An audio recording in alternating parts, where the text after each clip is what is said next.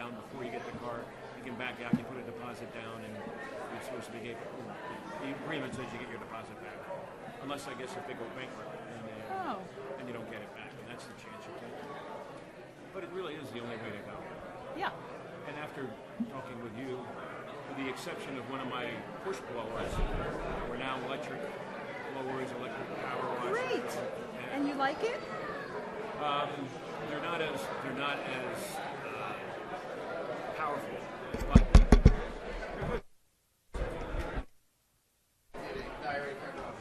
no. Now it's on. Oh. You can hear ours. They're not on.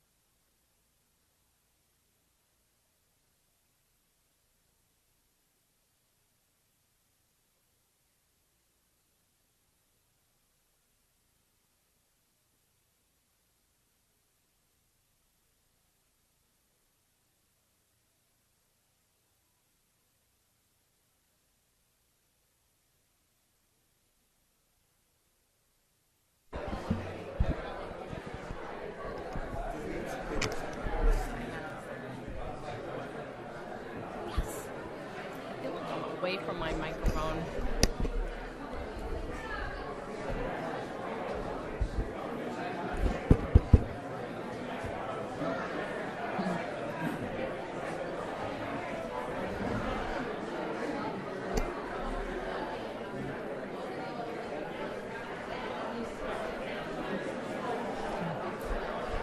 Good evening, everyone.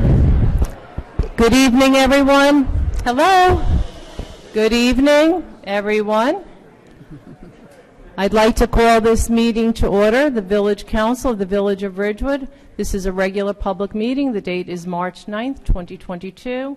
The time is 8:01 p.m. Adequate notice of this meeting has been provided by a posting on the bulletin board in Village Hall, by mail to the Ridgewood News, the Record, and by submission to all persons entitled to same as provided by law of a schedule, including the date and time of this meeting. Roll call. Councilwoman Perrin. Here. Councilwoman Reynolds. Here. Deputy Mayor Seaton. here. Councilman Vagianos. Here. Mayor Newton. Here. Please join us for the flag salute.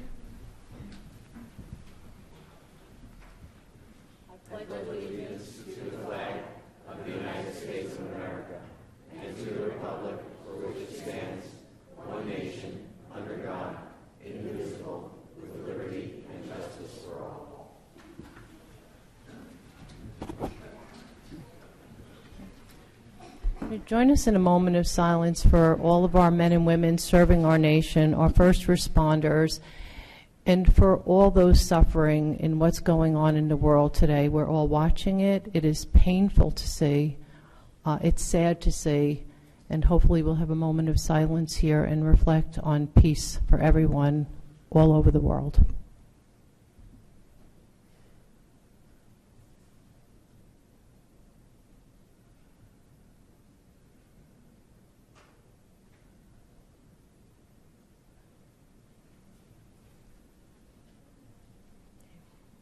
Thank you.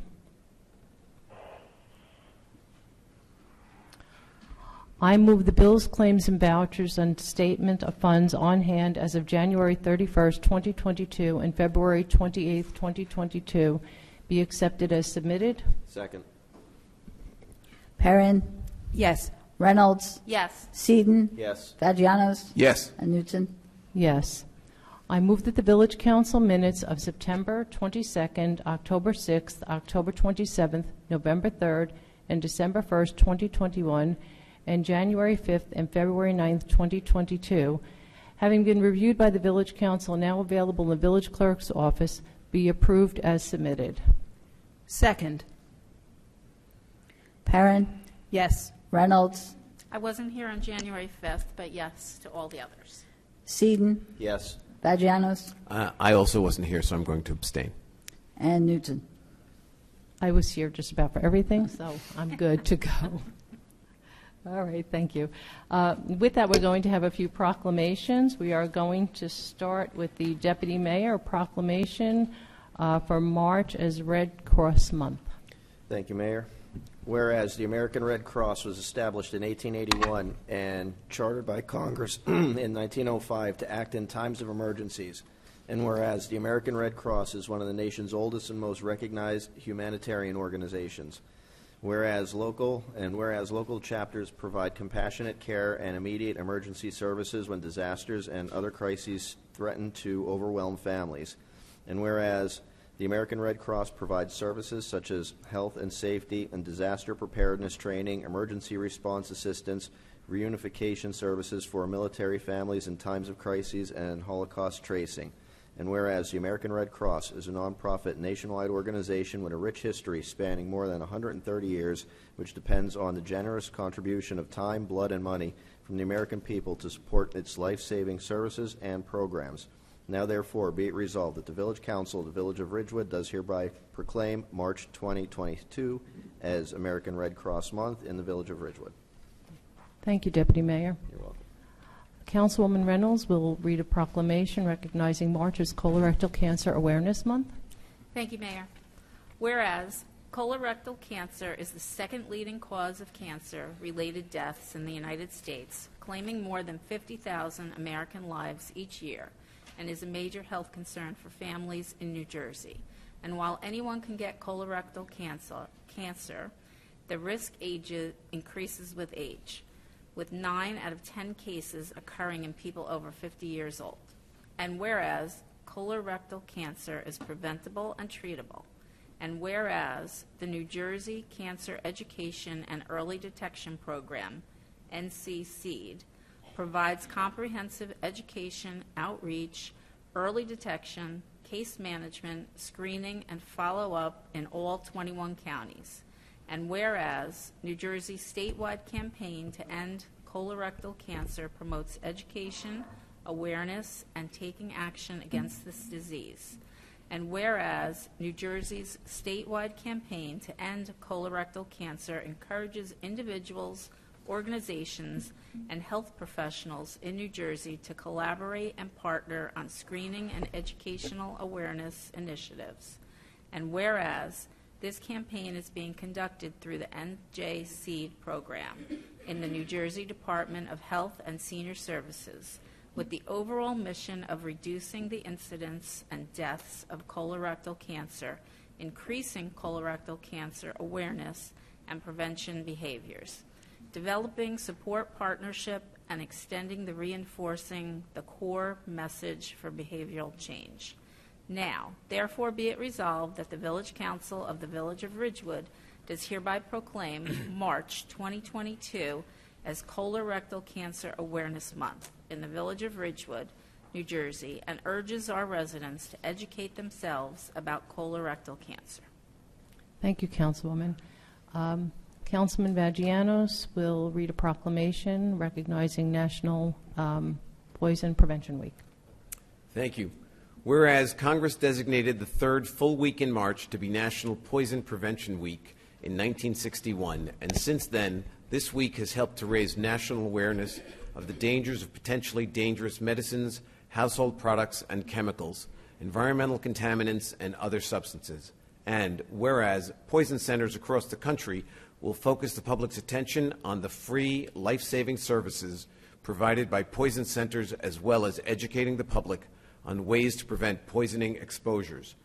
And whereas the New Jersey Poison Control Center, a division of the Department of Emergency Medicine at Rutgers, provides 24/7 expert medical treatment advice, drug information, and prevention education at no cost to the public through the Poison Help Hotline. And whereas the New Jersey Poison Control Center's specialized medical professionals provide accessible, free, and confidential poisoning and medical treatment advice and information to all.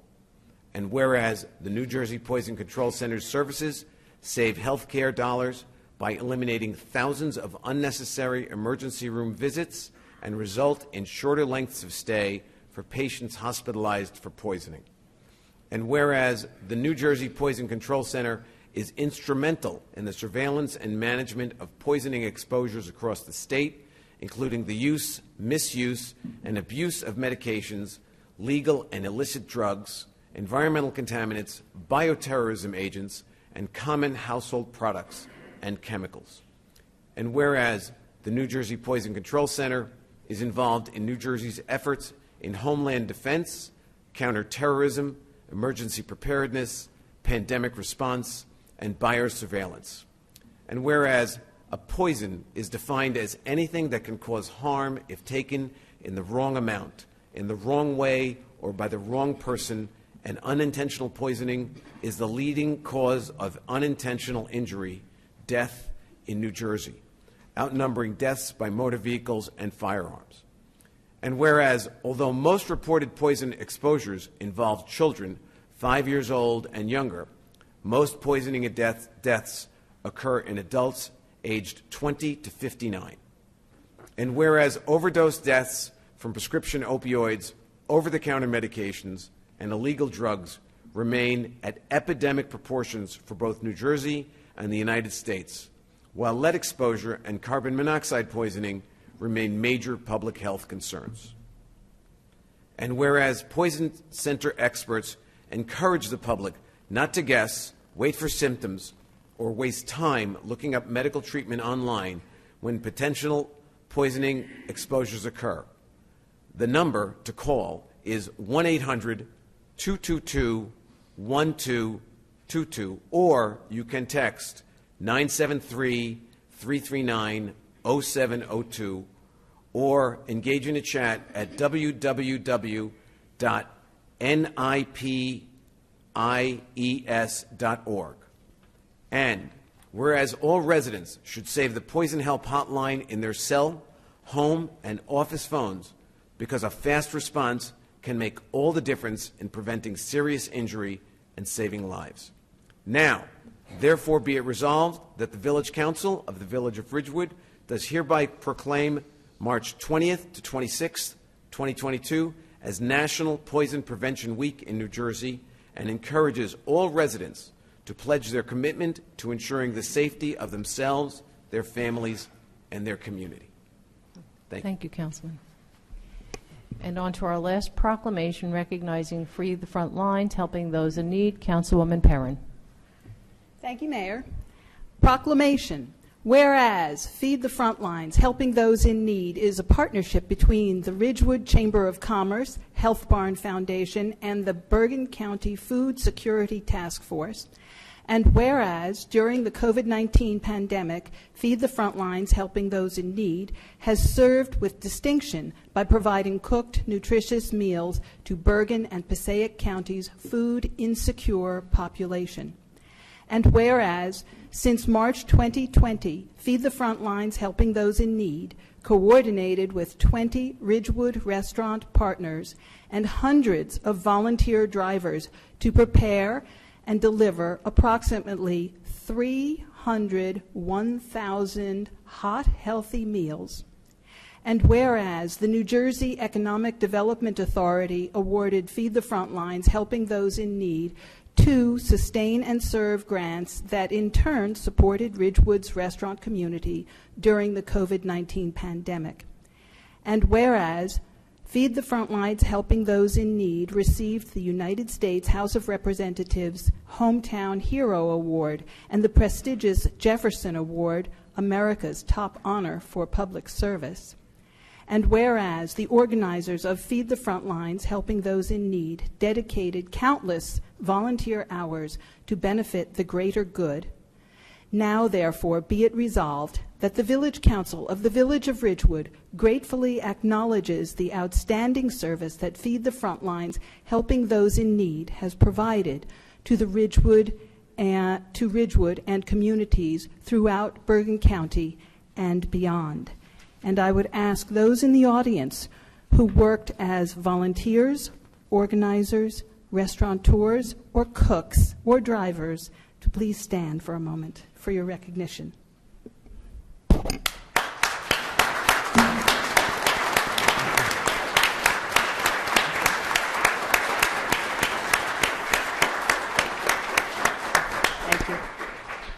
Next time we should have them wave their hand because half the room is standing. It was hard to just figure out who's standing. Everybody stand. Okay. So we're just going to do a little photo op in a minute with that. But first, actually, when we come down on the floor, okay? So we are going to move to the very exciting swearing in of Fire Lieutenant Brian Are you going to Peake. recognize the business? I'm sorry? The business? Oh, I'm sorry. Sorry. This is how you get in trouble with the village manager. Is Mr. Duraney here? Mr. Duraney? Where? Oh, come on up. Usually, we're jumping a little. Why don't you go on right to the microphone? We're jumping a little out of order here. Typically, we would wait until we're finished with all this and go to public comments. But welcome to Ridgewood. You've opened a new business, so this is your opportunity to tell the world all about your new business, some information, location, website, contact information. Speak into the microphone, name and address for the record. Just do it. All right, in that microphone, face us. No, you can face here because the camera's on you. Yep. Just make sure the button's on. Look Is there below. There's a green light that'll go on if you push the button. There we go. It's on. Yeah, All right. there we go. My name is Drew Duraney. I'm actually a resident of Ohokis, but I am now an office space on 65 North Maple Avenue. My business is Schooley Mitchell. Actually, my company's Profit Compassion. I do business as Schooley Mitchell of Paramus. Schooley Mitchell is the largest independent cost reduction consulting firm in North America, and I'm one of over 200 offices in North America. What we do, we help businesses really increase their bottom line. Many businesses aren't sure if they're paying fair prices to the service providers. We are a vendor watchdog. We'll negotiate with their incumbent vendors to make sure that they're paying optimized pricing, and if they're not, we'll negotiate with their current vendors to make sure they are, to put more money back into those businesses. So. Okay, and do you have a website? I do. It's www.schooleymitchell, so SCHOOLEY, Mitchell, MITCHELL.com/D Duraney, DERANEY. Okay, so we want to give Mr. Duraney a round of applause and a welcome to Ridgewood. Thank you. Good luck. So if anybody wants to increase their bottom line, just call Schooley Mitchell. All right. Now we are going to go on to this very exciting evening, the swearing in of Fire Lieutenant Brian Peacock, swearing in of Fire Captain Justin O'Connor, and the swearing in of Fire Chief John Judge. So, council colleagues on the floor, and we will first start, before we get to that, with a photo op with Feed the Front Lines. Great. Except for the proclamation, the actual cardboard one is inside, but that's okay. All right? Okay.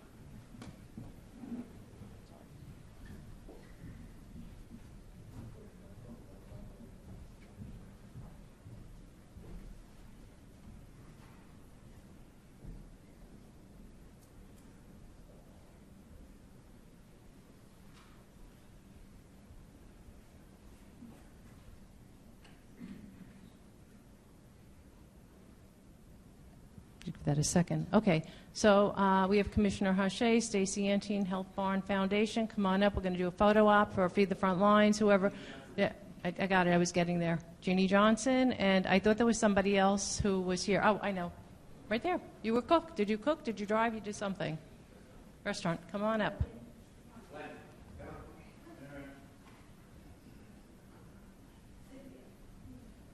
Cynthia Hallaby. Oh.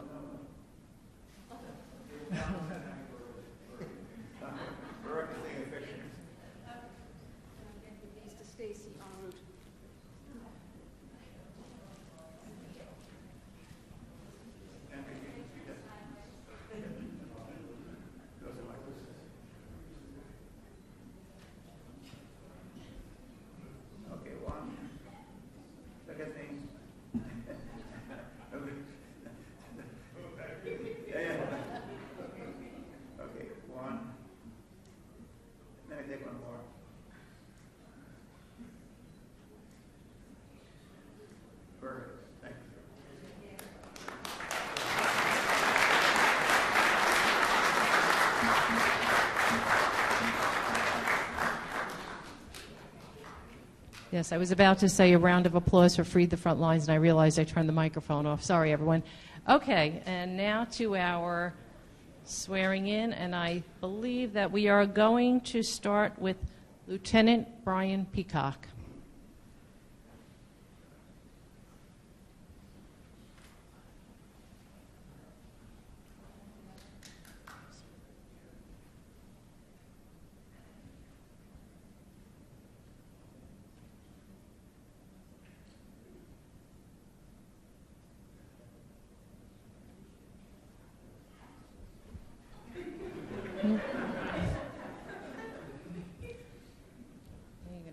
To me a little. There we go. That's better.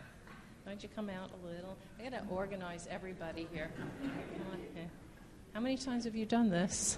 I've been around a little bit here. All right, we're ready. You're just going to repeat after me, and just state your name. You know the ropes. Okay. Jean.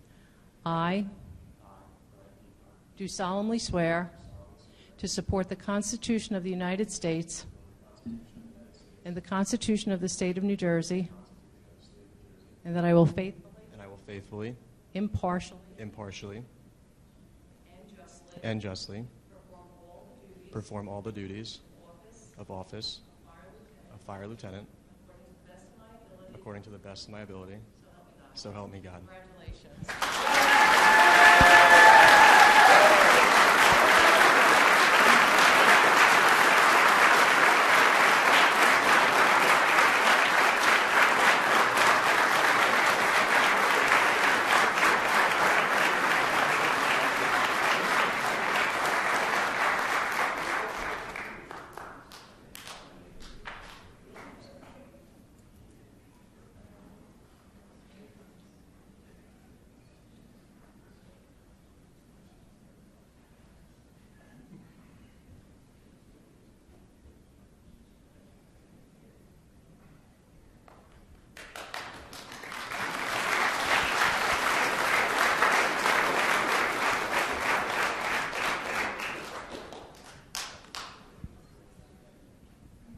I was just reminded that I now have sworn in a peacock, and I just recently officiated the wedding of a peacock. So, in any event, okay. So now we have Fire Captain Justin O'Connor. Here he is.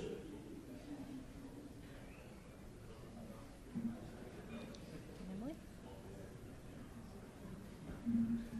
Oh, here comes the crew. Come on. All right, who's going to hold the Bible? To hold it together.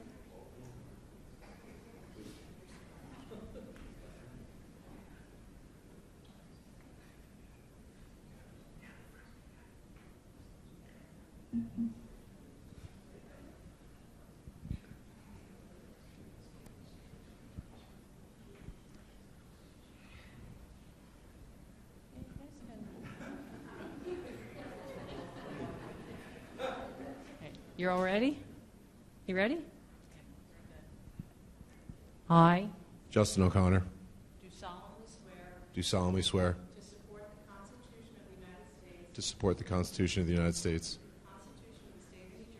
and the Constitution of the State of New Jersey. I will faithfully, impartially, and justly perform all the duties of fire captain according to the best of my ability. So help me God.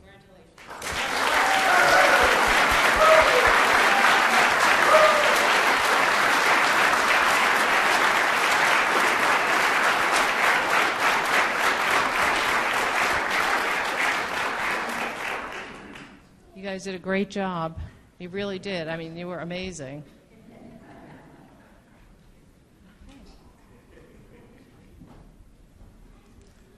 And now, Chief John Judge.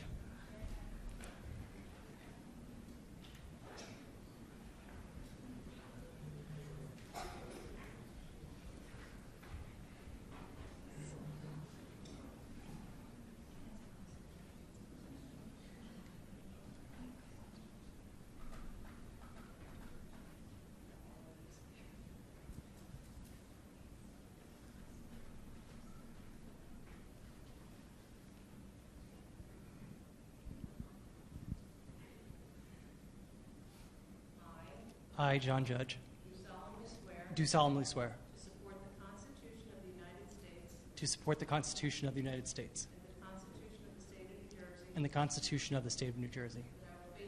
I will faithfully, impartially, and justly perform all the duties of Office of Fire Chief according to the best of my ability. So help me God. Thank you.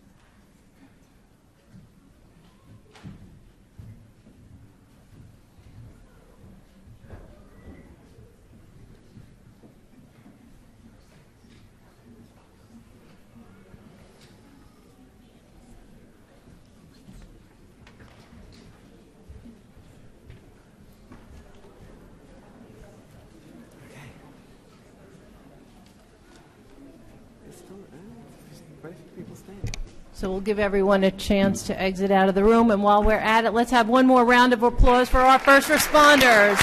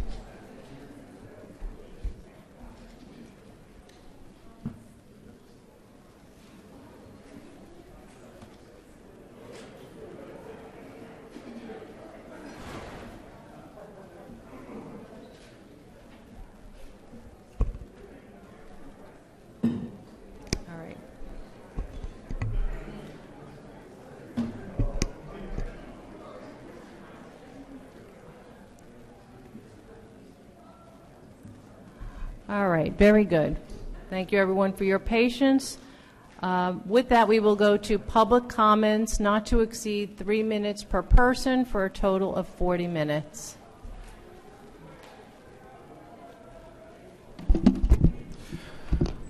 Good evening. It's nice to be back. Name and address for the record. Glenn Carlo, 200 Dayton Street, owner and operator of the Steel Wheel Tavern at 51. Hey, Glenn, just hang on 1 minute. Yeah. Is that microphone doing that because it sounds a little fuzzy? Can you just maybe just tap it on top a sec, and then just say testing? Testing. Sounds fuzzy. I think Dylan maybe went to go get the hand mic. Just give us 1 second. Maybe just move just a little bit away. Maybe not. Don't be Is this so. better? That's actually better. Yes. Go ahead.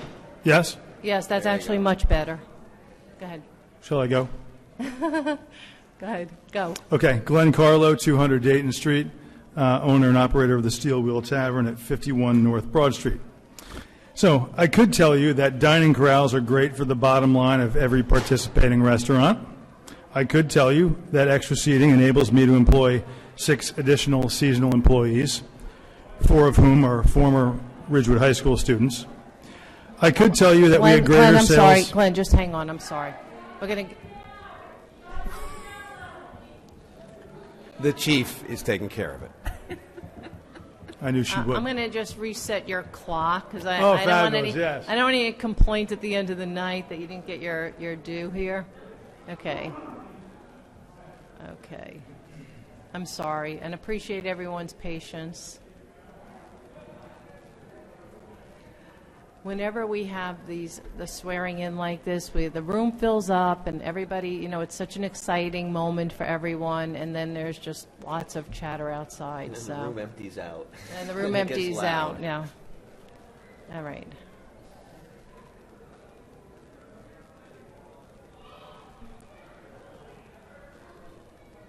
Okay, do we think that's okay? I think it's getting a little quieter. It's Okay. getting a little better. Good? And wait, actually, we have another split second here. For Now we're good. check support. We're checking our audio. Hello? That's That's better. Great. How's that?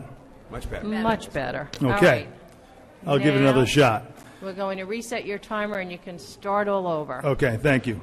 Glenn Carlo, 200 Dayton Street, owner-operator of the Steel Wheel Tavern at 51 North Broad Street. So, I could tell you that dining corrals are great for the bottom line of every participating restaurant.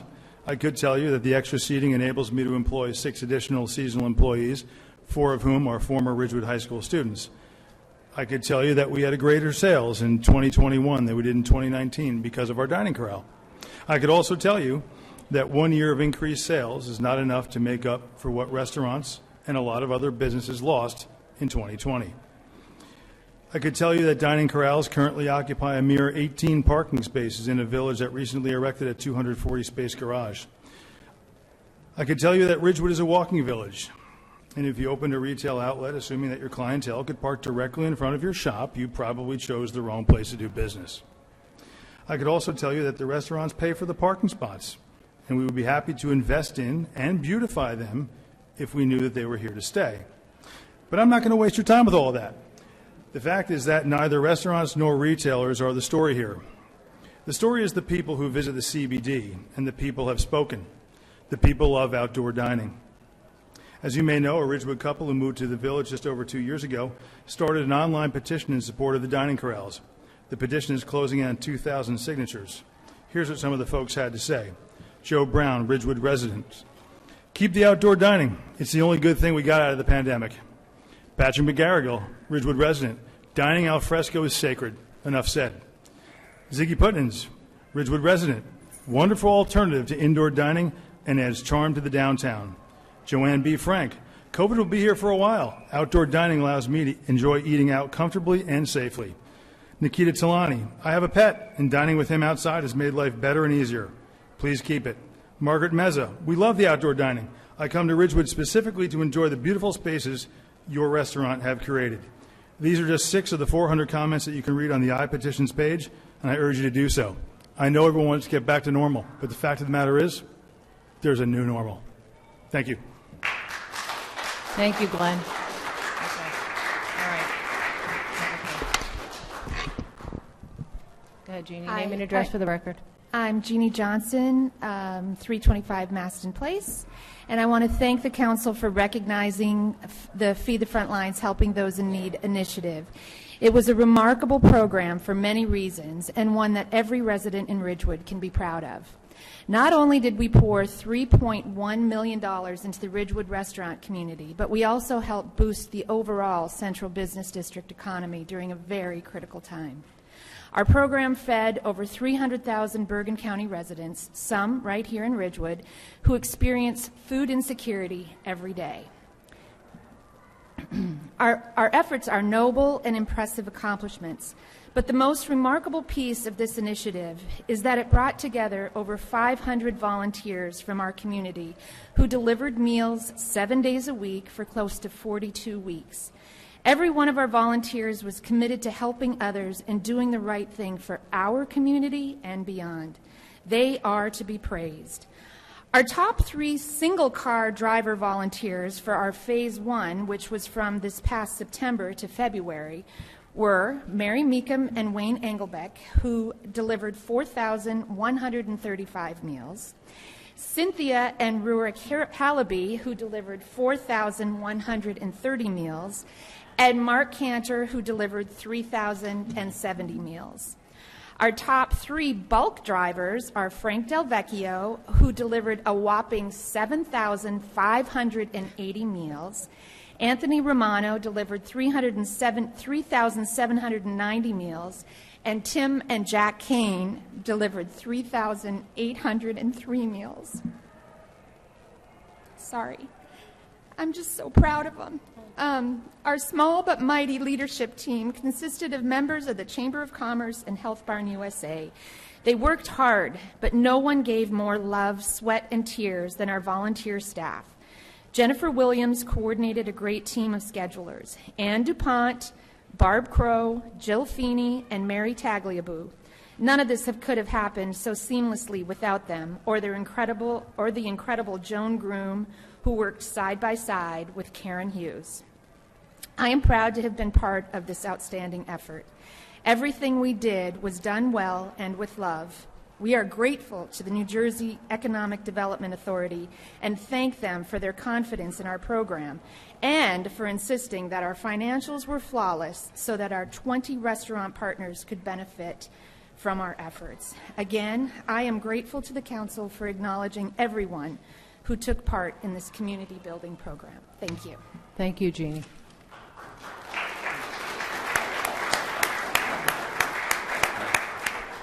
My name is Neil Sullivan, 335 East Ridgewood Avenue.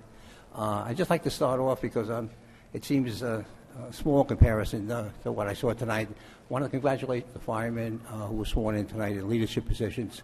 I'm sorry. I can't hear you. Yeah, you just speak into that microphone. Can you hear me? Should I start from the You're beginning? soft-spoken like me. Okay. I'm soft-spoken, so you Okay. have to I'll get in louder. there. I'll get louder then, okay? I wanted to congratulate the firemen who were sworn in leadership position tonight, all the firemen of Ridgewood who risked their lives for our safety. So I think I just want to commend them because what I'm going to speak about, many of the other people here, in comparison with that's basically main event for the night. But I'm here for an issue that I'm sure you're not familiar with. It's called pickleball, okay? And if my understanding is correct, that money has been set aside and an award would be given tonight, possibly tonight, for a contract to put on more soundproofing at Glen Courts. I think that's great. I'm hoping that will put to rest this issue. The sound will be of a quality that will satisfy all parties involved. I'd like to thank the town council for, this has been 2.5 years, and you've been sitting there most of the time, not all of you, but most of you, and thank you for listening. And it hasn't been easy. It's been, I may have been on other side of the issue, but it's still your volunteers, your public service. I appreciate that.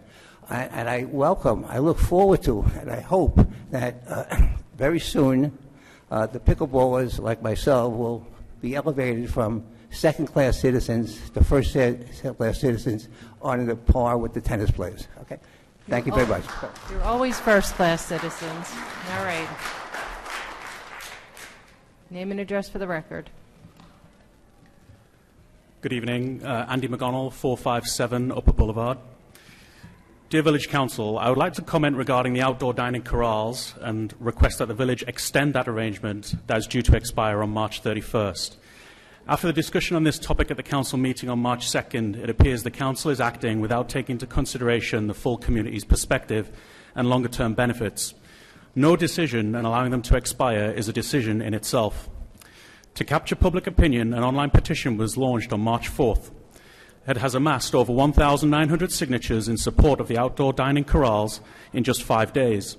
What's clear is our community cares a great deal about Ridgewood CBD, and they want to continue to use it and improve it from where they are now, not go backwards. Many of us believe keeping and enhancing the dining corrals is in the best interest of the future of Ridgewood. The corrals provide outdoor dining space in addition to limited sidewalk dining, bringing valuable foot traffic and consumer spending into our CBD.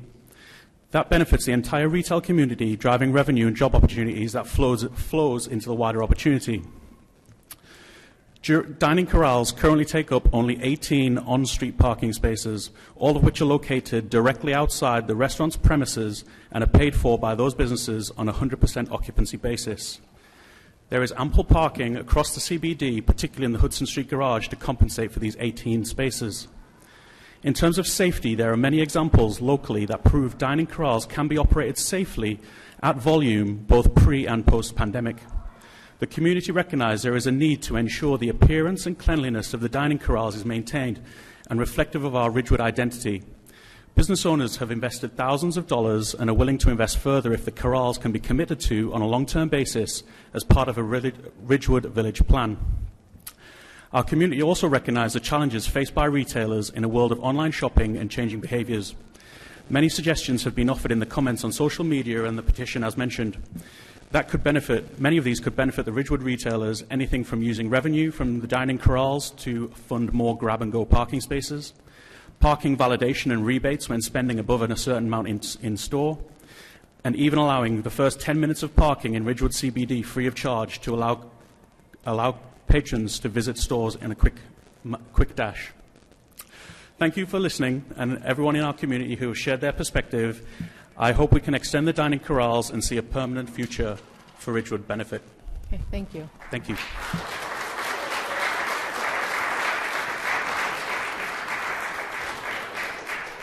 Okay, he was a lot taller than me. Let's see. Okay, am I good? You're good. Okay. Glasses. Sorry I couldn't be here for the last meeting when this might have been more meaningful, but I'd like to speak on the topic of remote access to the name and Village address, Council public please. meeting. Lori, name and address. Oh, gosh. Like I don't ever do this at the other government body. I'm sorry. Lori Weber, 235 South Irving Street. Forgive me. I'm going to speak a minute or two about the hybrid meeting, the remote access to the public meeting, whatever you want to label it. I would want to say that the level, as someone who's experienced it from the other side, that the level of engagement that the public experiences when the meeting is virtual rather than just streaming it is measurable. We can't all be here at every time, but sometimes some of the most meaningful comments that I've heard, which are usually at Board of Education meetings, come from the moment, and we all can't be here, just like I couldn't be here for your last meeting, although I wanted to, and I did watch it. And I attend all kinds of meetings virtually. I made my first oral argument in court virtually, and thank God, because it was so much easier from my kitchen than it would have been standing in a courtroom. The world is changing, and I believe that we should change with it. At the last meeting, I'm going to read this, I listened carefully to each council member's comments. And while I initially agreed with Councilman Vagianos quite strongly, as soon as he brought the next November's elections up, I feel that he cheapened everything he said and the very topic of the remote access to the public meeting. His remarks brought members of the political group One Village, One Vote to the podium to reiterate what was basically threats and take us yet further away from the topic at hand. while most speakers were very sincere, clearly there were people here poised to politically exploit this.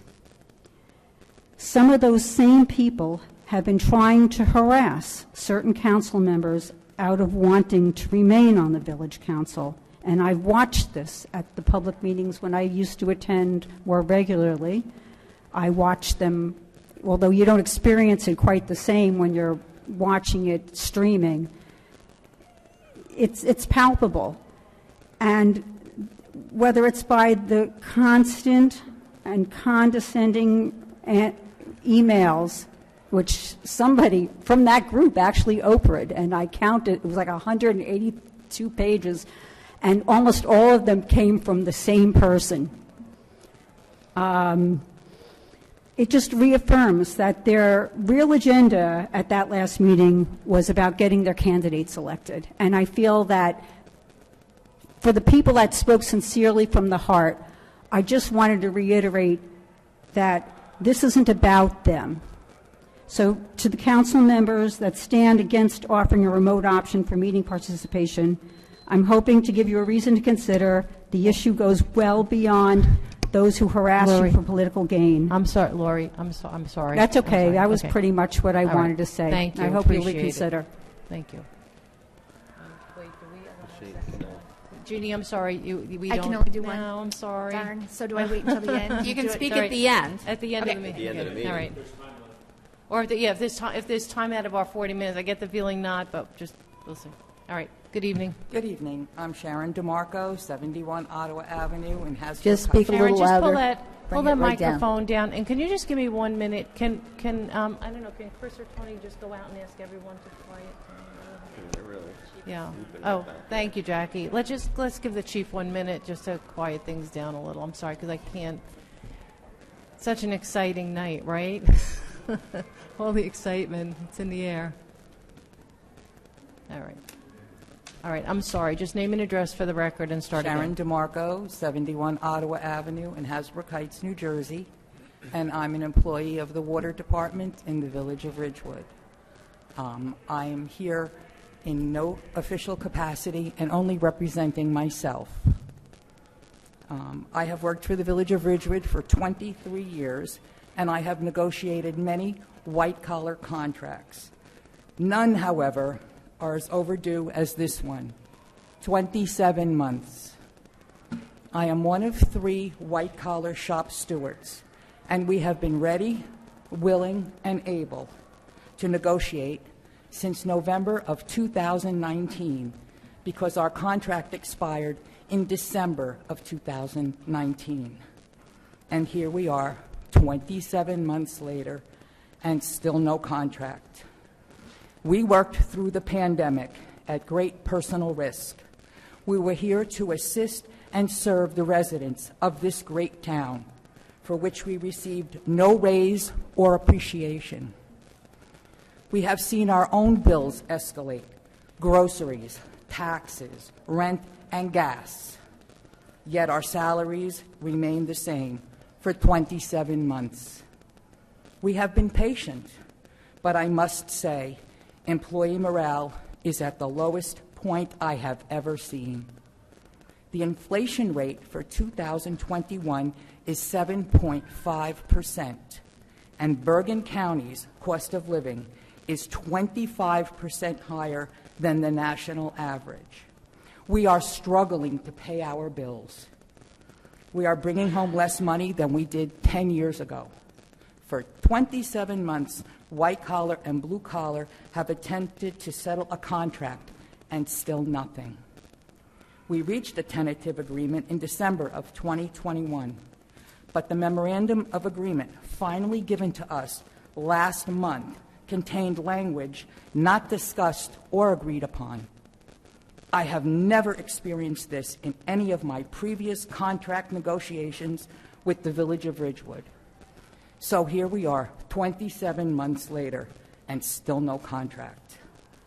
I am here to appeal to you, the Village of Ridgewood Council, as the leaders of this town, to please show us the compassion, respect, and appreciation that we deserve, and get this contract settled. Thank you.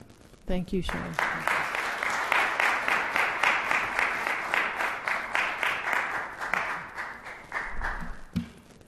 Good evening. Sheila Costello, 21 South Van Dien Avenue. I'm here tonight to advocate for outdoor dining in Ridgewood to be made permanent.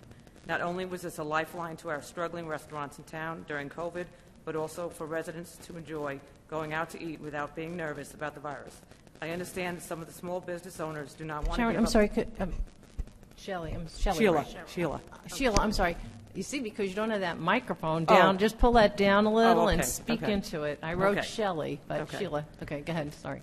I understand that some of the small business owners do not want to give up the parking in front of their stores, but with the new 4-story parking garage, I don't see that as being an issue.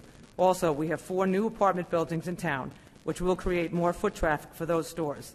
The availability of extra tables at these restaurants will also benefit the new residents living in those apartments.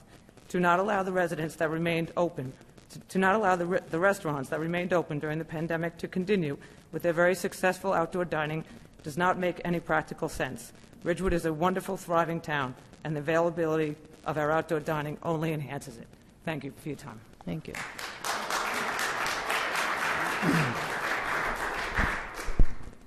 Nina Thunagaran, 457 Upper Boulevard. I'm reading this on behalf of Jeannie.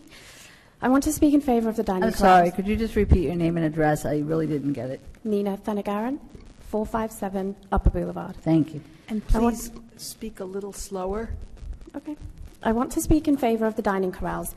They add a uniqueness to the village and a certain charm that neighboring communities lack. Outdoor dining encourages foot traffic, and as we all know, foot traffic equals dollar signs for restaurants, dessert shops, and retailers.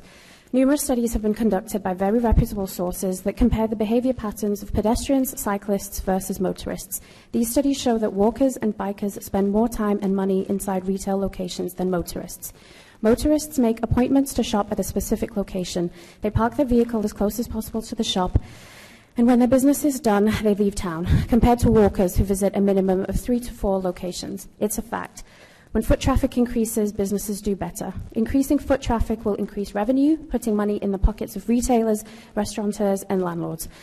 Now, I know some of you want things to go back to normal, but the only thing we should want to see go back to normal is the landlord's tax base. When they go back to paying what they did a decade ago, everyone in the village will win. Resident tax increases will stagnate, and more money can be spent to beautify and revitalize the downtown. And there's never been a better time to pour money into the CBD than now. Studies show that people go out seeking an experience. They don't want to just go out for dinner or out to shop. They want all of their senses engaged. If we increase the beautification of the CBD, it will increase foot traffic, and that's what it needs to survive. Leave the dining corrals alone. Make money from the parking spaces that are being used, push motorists to the parking garage, and add foot traffic to our downtown. Encouraging this behavioral shift will benefit everyone. Pedestrians will feel much safer walking in town and will inevitably bump into neighbors and friends doing the same. Pollution will decrease and everyone will be a little happier. Who doesn't want that? Please think outside the box, do the right thing, leave the dining corrals alone, and do more to invigorate the downtown. And I completely agree with everything Jeannie just said. Thanks.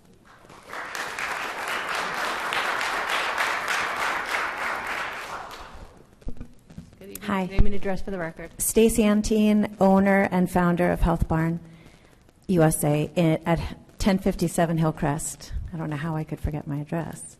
I'm here on behalf of Health Barn Foundation. So good to be here. And thank you also. I'm so happy to not be talking about my lease. So I'm grateful that that's behind me.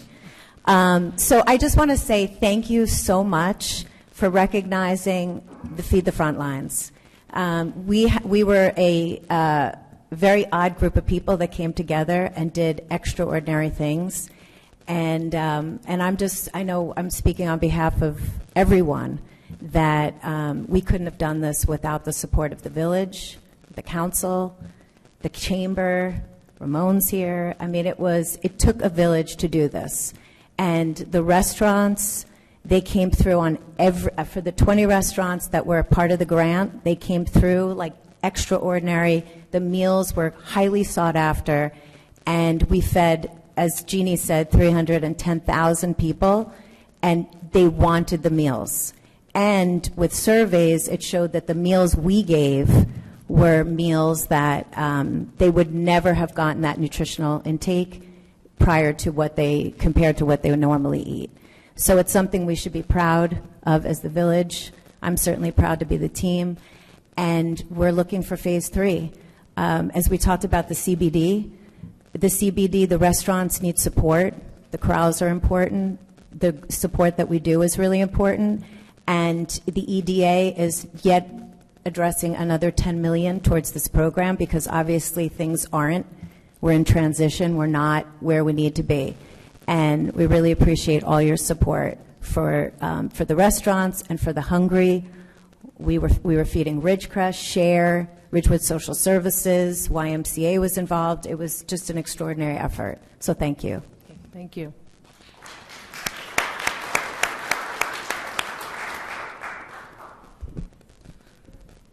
Hi, my name is Derek White, and I live at 372 Beveridge. I'm a newly appointed member of the Ridgewood Green Team, but I'm not here in that capacity. First off, I'd like to thank the Village Council for giving us time and hearing us out on these important issues. So tonight I would like to speak about the outdoor dining because it's such an integral part of the thriving downtown of Ridgewood. And we think it really is vital to continue something that has brought both economic and communal prosperity to the town. If the concern is the appearance of the corrals, the town should give restaurant owners guidelines to follow up keeping appearances.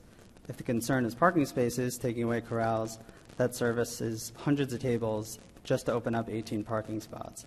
Many claim that the garage goes unused, so we think that that's a very viable option and alternative. If the concern is from retailers, restaurants are the lifeblood of Ridgewood's economy and have led to a ripple effect of revenue across the town. A depressed restaurant scene would lead to decreased commerce and even more vacant storefronts. A thriving community is what drives business owners to invest, shoppers to come, and property values higher as more people are attracted to the town. Outdoor dining brings a true sense of vibrancy and community to the Ridgewood. I think everyone here has really felt that. We should be thinking long and hard about ending one of the best things that we have going and one of the only good things to come out of the pandemic. Thank you for your time. Thank you.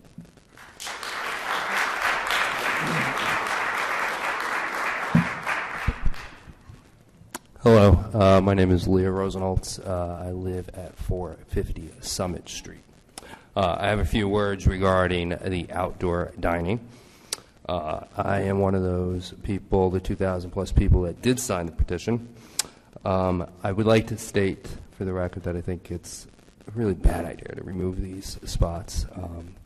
I think that it brings the community together, and I think that that's really what this town's all about. Bad things have happened because of COVID. People have died. People have lost loved ones. It's been terrible. But the one good thing about COVID is that it's brought some families together. Listen, I bring my kids down to Ridgewood, and we walk around, and because we don't go in indoor dining, we are able to eat outside. It's 18 spots. I walk. We're a walkable town, so I never thought it was a big deal. I have a few notes here. People come to Ridgewood for multiple reasons. Perhaps it's our beautiful parks. Perhaps it's the schools. But an overriding reason is the downtown. They don't go to Allendale because of the downtown. They come to Ridgewood. I'm from upstate New York. I had a 7-Eleven as my downtown, so this is luxury. Ridgewood living has been improved due to the dining. It's 18 spots. I can't emphasize that enough. 18 spots. We just built a large parking lot, of which 18 spots are in there. We want to appeal to a new generation. We don't want to appeal to the old generation. Outdoor dining brings communities together, which is particularly important when we have reached the end of Netflix. I can't watch Netflix anymore. I must go out, and Ridgewood Dining provides that outlet. Talk to New York City restaurants. They've supplied, without outdoor dining in New York City, those restaurants would have died. People have jobs because of outdoor dining, and that does not stop in Ridgewood. Removing 18 spots, I'm emphasizing 18 spots because it's 18 spots, seems to be slightly short-sighted. I just learned today that 75% of the credit card swipes in this town is from out-of-towners. We have a parking spot for those guys. We don't need to close 18 spots. Leave these restaurants alone. Thank you.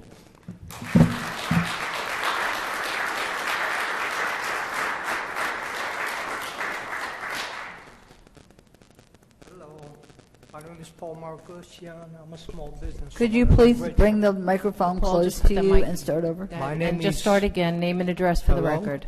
My name is Paul Marcosian.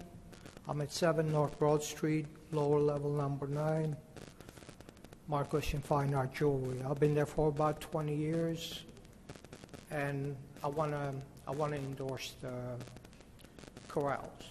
Properly done, which I brought a couple of examples on Ridgewood Moms and Dads, which happen to be my neighbors, that I make a point of actually walking down certain blocks because they are so well executed. So some areas, some of the corrals are not as well maintained, so I could see why some of the retailers would have some kind of a issue with having them there. But properly executed, I think they're wonderful things.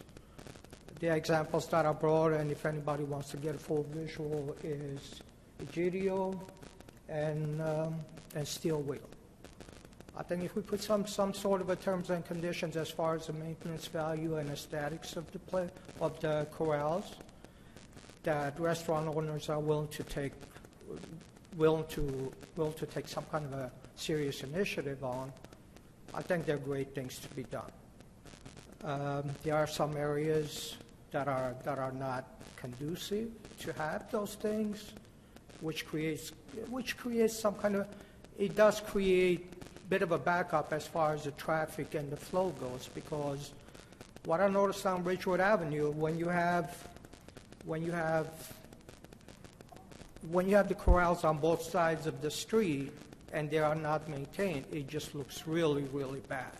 It takes away from the town, and people who have invested a lot of money in their retail locations, and there are quite a few of them who will do a great job with it, they're very disappointed.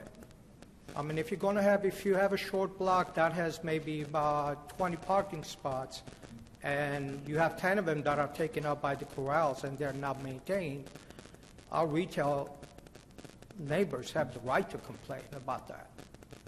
But properly executed, I think they're good things, and I'm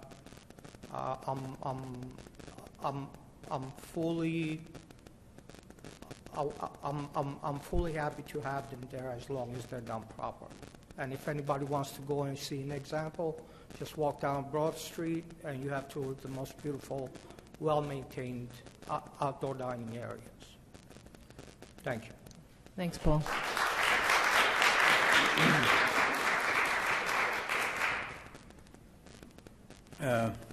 Rorik Halaby, 1 Franklin Avenue.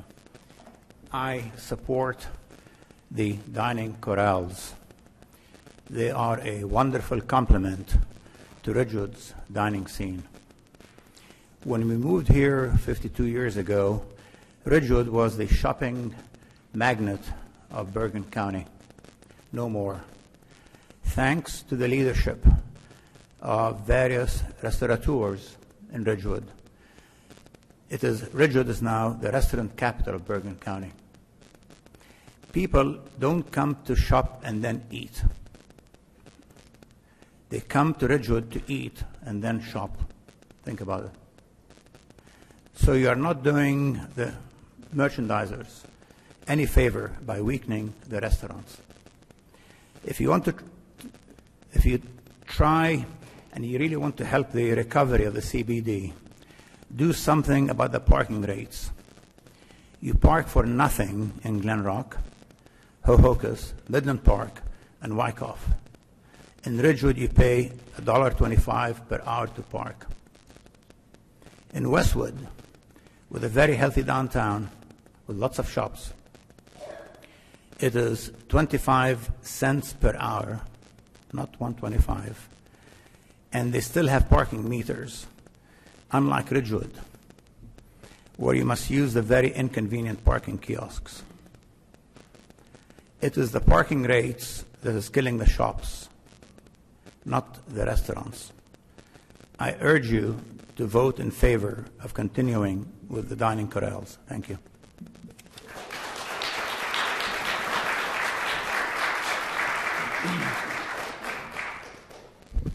Hi, my name is Mark Follender, 150 South Broad Street.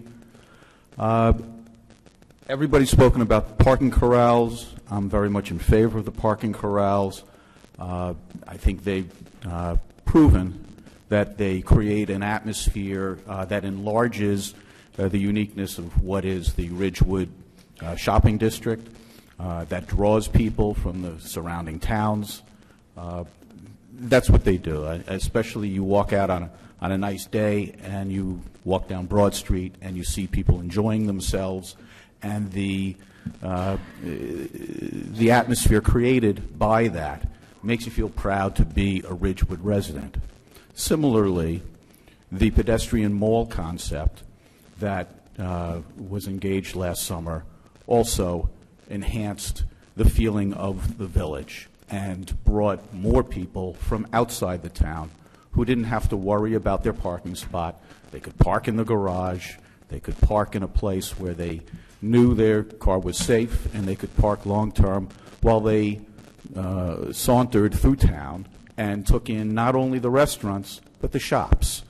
And it's important to understand that this is a hybrid shopping district of restaurants and shops.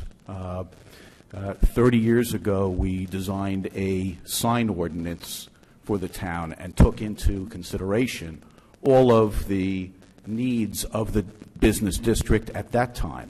And the issues that were raised at that time are really not much different from those being raised by the people who have spoken here tonight in terms of creating a vibrant downtown, something that people are proud of, something that people want to come to. You may have noticed there are many storefronts now that are vacant. We have strange economic times, is probably a nice way to put it. But those storefronts are difficult to fill when people are concerned as to whether or not they're going to be able to have their business be successful in that store. Are they going to see the people there? I think drawing people into the downtown through pedestrian traffic is the best way to have people focus on the smaller stores that don't regularly get seen, the people who drive into town on a mission to go to a restaurant may pass them by. People who are forced to get out of their cars and walk and stroll see these stores, and they may stop in and do better shopping as a result. And so I think the corrals and the pedestrian mall all go hand in hand with creating that magnet, which is Ridgewood. And I want to thank you for your time. Thank you.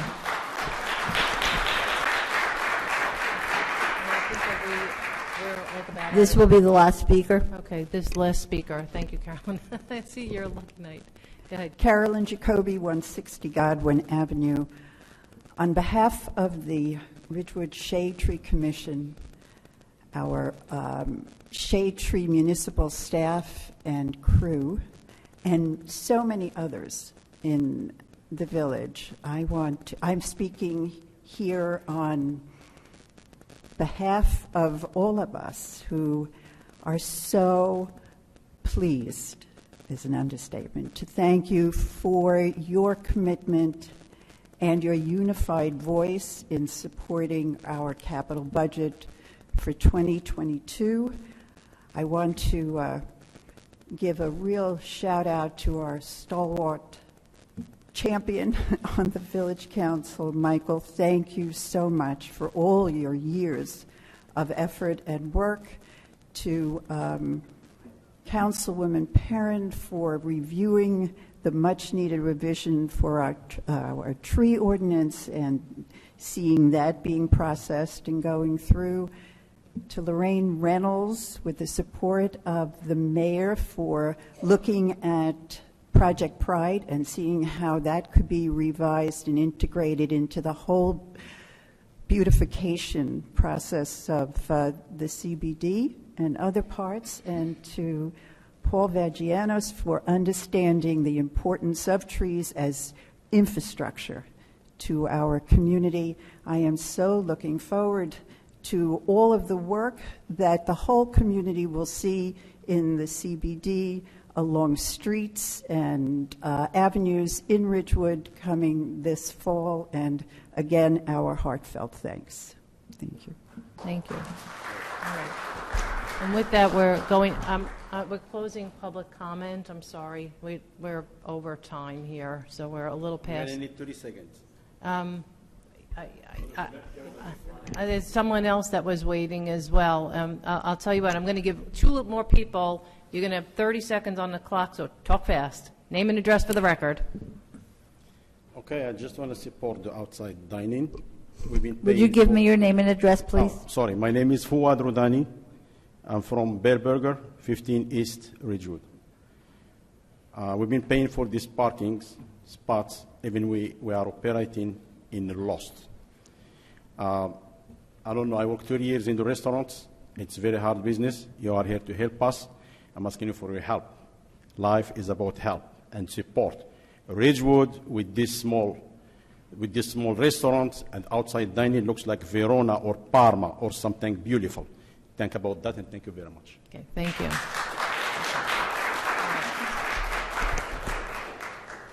Hi, Stephen Garbatow. Steve, just do me a favor. Excuse me? Start when you get to the microphone, not 10 feet before. Go ahead. Name and address for the record, and your 30 seconds on the clock. Stephen Garbatow, Beauty Club Salon and Boutique, 46 East Ridgewood Avenue. The outdoor dining is unbelievable, during the summer and everything else. But going into the winter right now, the last couple of months, I've never seen the restaurants and everything else, from what I see, dead as could be. The street traffic's down. I think the outdoor dining should be brought up earlier than usual, if we do it again. The first year was in June. This year we did it in July. I think we need it as soon as could be. That's it. Okay. All right. Thank you, Steve. All right. All right. With that, we're going to close public comments, and very quickly, I'm going to speak to this.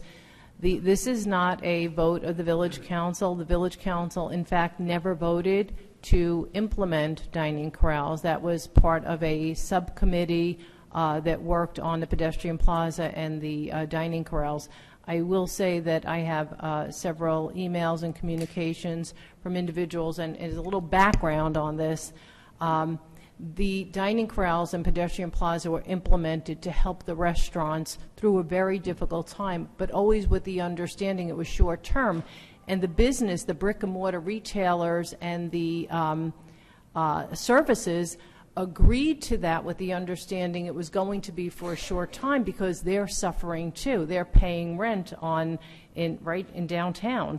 And so the understanding was, help us, help the restaurants get through this difficult time, and then we will restore the parking. I know people say 18 parking spaces, it's not a big deal. It is actually a really big deal because for those of us that have been working on parking spaces for all these years, we will tell you that those are the most valuable parking spaces. Those are the parking spaces that are used most often. We worked tirelessly to make the on-street parking available for shoppers and diners, and moved all of the employees into different locations off-street to make those parking spaces available for shoppers and diners. And then what we did was put the corrals there, but it was intended as short term.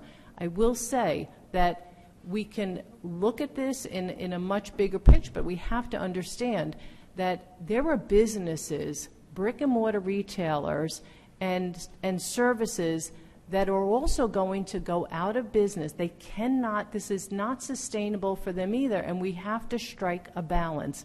Some of the corrals make more sense than others. This is something we will have to work on and decide what does or doesn't work, if anything works. But this is not a vote of the Village Council. It was never implemented by the Village Council. It was implemented, as a matter of fact, I was the one who pushed for the dining corrals on Ridgewood Ave to help the restaurants in that time, in a certain moment in time, with the understanding they would be removed so that those parking spaces would become available. This was the commitment that was made. This was the commitment on all sides. This was the agreement. And I understand people are signing petitions and they want to see this. Nobody loves it more than me. I sat here many times and said, I love the corrals, I love the corrals. And I know actually Glenn Carlo and I spoke about them a gazillion times about permanent and what kind of rent and what kind of leasing of the space. But there are other people hurting too, and we have heard from them. We have an email from an individual who's been a business owner for 47 years, 40 some odd years, and he was there at these meetings, and he said this was a commitment that was made, and we have to live up to that commitment. So we're going to work, I will have a discussion with the village manager on this, but it's not a decision, it was never something that the village council voted on. The only thing the village council voted on was the purchase of the cement blocks, the barricades. I brought it to them and I said, this is a really good idea, please support these, please let's fund these. And the other thing was to extend them because we weren't sure where the COVID would land. But this was an agreement with the business owners, with the brick and mortar retailers and the services and others, and the restaurants, that this was going to be short-term. We extended it into last summer. As a matter of fact, we even extended the pedestrian plaza, and the pedestrian plaza happens on Saturdays, the busiest day for retailers and the salons, and they have no business. So this is a real delicate balance. It's a little bit more complicated than saying, I like outdoor dining. I love outdoor dining. I love the corrals. But I think we have to do more work on this, and there are no guarantees because we do have to get some of these more important parking spaces. We have a new business owner who's already picked up the phone and said, please get rid of this. So we're just trying to work on it, and it's something with the village manager. So with that, Excuse me, Mayor, may I be heard? Okay, yeah. I'd like to clarify one thing about outdoor dining. There are two types. There are cafe permits so that chairs and tables can be on the sidewalk. That will continue. The corrals are what would be expiring at the end of this month, the dining corrals that are in the street. And I think what we've seen here tonight is a significant expression of our community's desires, as is the petition that's been signed by over 1,500 people. And this council would be remiss not to pay attention to the expression of our community's desires. So we have not heard here from the retailers, and if they would like to come and speak, I invite them to do so. But so far, we have not heard them. So let's just be very clear here. Okay. Let's be very clear. Thank you, Councilwoman Perrin. You are absolutely correct. Sidewalk dining cafes will continue. But the retailers don't have to come here. They're paying rent. They are paying rent. They do not have to come here to garner our support or to have us live up to our end of the bargain and the agreement. They do not have to be here. They worked all day. They worked all day, and to suggest or to ignore their emails would be unconscionable. To ignore their pleas to allow them to succeed would be unconscionable. It is nice to sign a petition. I'd like to sign a petition because I like outdoor dining, but the bottom line is I'm not paying rent on Ridgewood Avenue. I am not putting my life's work and my livelihood on the line. People are going to lose their business, their life investment, if we continue to do this. To suggest that a retailer has to come here, they are tenants. And you can read your emails, you can pick up the phone, and I know it's been discussed at chamber meetings, and one of the emails came tonight from the president of the Chamber of Commerce. So please, please, understand, it is good to sign a petition, it's good to support outdoor dining, it's good to support our restaurants, our bricks and mortars, and our services. Please support downtown Ridgewood. But this is a complicated issue that requires striking the right balance, not to ignore people whose lives are on the line, their livelihood, their life savings, their employment, their ability to pay their rent. I take issue with the whole thing. I think it's almost borders on irresponsible. With that, let's go on with this meeting to village manager's report. Thank you. Okay. I just want to remind everyone, I did make this plea last week, but please, when you park your cars in your driveways, take your fobs out. Take your keys out. We have a huge increase in stolen cars. It's not just here in Ridgewood, it's in surrounding municipalities in Bergen County. And I just want it to stop. And every single car that has been stolen so far this year, which is approximately 20 since January, every single one had a fob in the car. So I'm just urging you, please, to take them out of your car. The Parks and Recreation Summer Job Fair is on Tuesday, March 22nd from 6:30 to 8:30 p.m. here in the Community Center on the first floor of Village Hall. You're invited to come and learn about various opportunities for summer employment. You can learn about the requirements and job descriptions for each and speak with supervisors who can answer your questions and help with writing a better resume to help your application get noticed. The Ridgewood Parks and Recreation Department sent out a flyer with information for spring and summer programs, for pre-K, elementary age programs, outdoor activities, and adult programs. There is a wide range of program choices and a list of dates to help with summer planning. Sunday, April 10th is the Earth Day Fair and Daffodil Festival in Memorial Park at Van Ness Square. Household Hazardous Waste Collection event is this Saturday, March 12th, 9 a.m. to 3 p.m. at the Bergen County Utilities Authority. This Sunday, March 13th, I just want to remind everyone, daylight savings begins. It seems like it's earlier and earlier every year. Just be sure to set your clocks ahead 1 hour.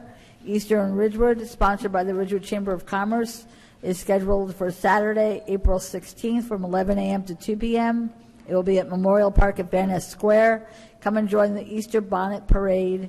There'll be music, arts and crafts, and the guest of honor, of course, will be the Easter Bunny. Please sign up for e-notices on the village website to keep informed about village events and timely notifications. And our village council upcoming meetings are broadcast live here at the courtroom on Channel 34 on FiOS and also on YouTube. Upcoming meetings are March 23rd, April 6th, and April 27th are all work sessions at 7:30 p.m. and April 13th is our council public meeting at 8 p.m. That's all I have. Okay. Thank you. Councilwoman Perrin. Thank you, Mayor. The Chamber of Commerce met this morning. There is a new clothing store opening up where Jekyll and Hyde used to be on East Ridgewood Avenue. I also noticed another clothing store opening up where the Atlantic Steward Bank used to be on Franklin Avenue.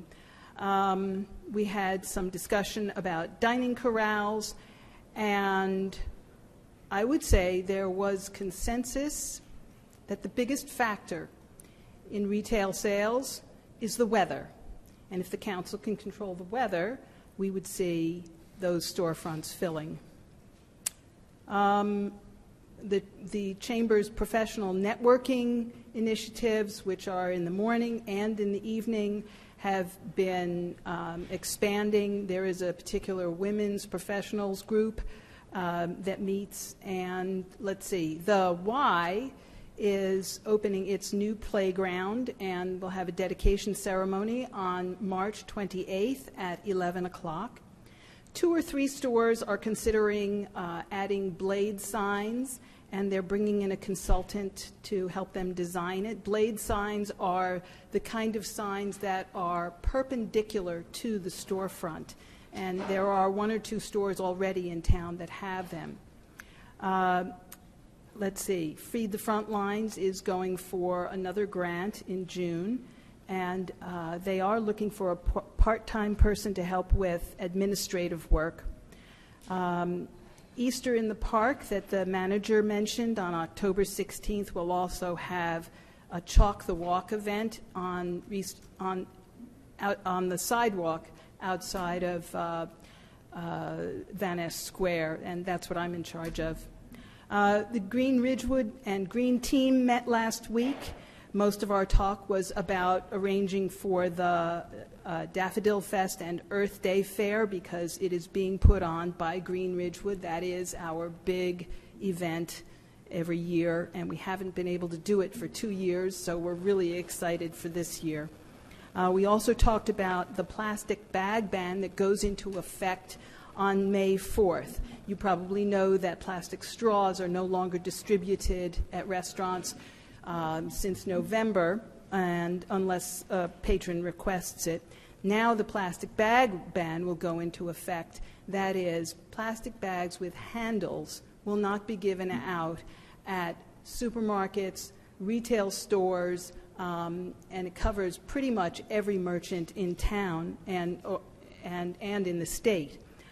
Green Ridgewood will be going door to door to every storefront to explain how they can get alternative products. It also will cover the styrofoam clamshells that many of your takeout foods come in. Those will no longer be allowed either. So this will also require a little bit of education of the public to bring your own bags, and don't be surprised when your lunch comes in a different container. And that's all I have. Thank you. Very good. Thank you. Councilman Vagianos. Yes, I met with the Board of Education last week, and it was a very short and succinct meeting, and the major topic of discussion is that the masks are coming off for all students. The numbers have dropped dramatically, and they are grateful and very cautiously optimistic that we will be returning to normal classes and normal interactions at our schools. And that's all I have for tonight. Thank you. Councilwoman Reynolds. Thank you, Mayor. I didn't have any committee meetings since last week, but I do have 3 next week that I want to mention. So Tuesday is the Planning Board meeting. Next Wednesday is our very first Project Pride Committee meeting. It is Wednesday night, 7:30 at the Stable. We are still looking for a couple of residents to join the committee. So if you are interested in the beautification of Ridgewood, specifically the Central Business District, you can shoot me an email at lreynolds@ridgewoodnj.net. We would love to, even if you don't want to join the committee, if you just want to be there at the meeting and hear what goes on, please join us.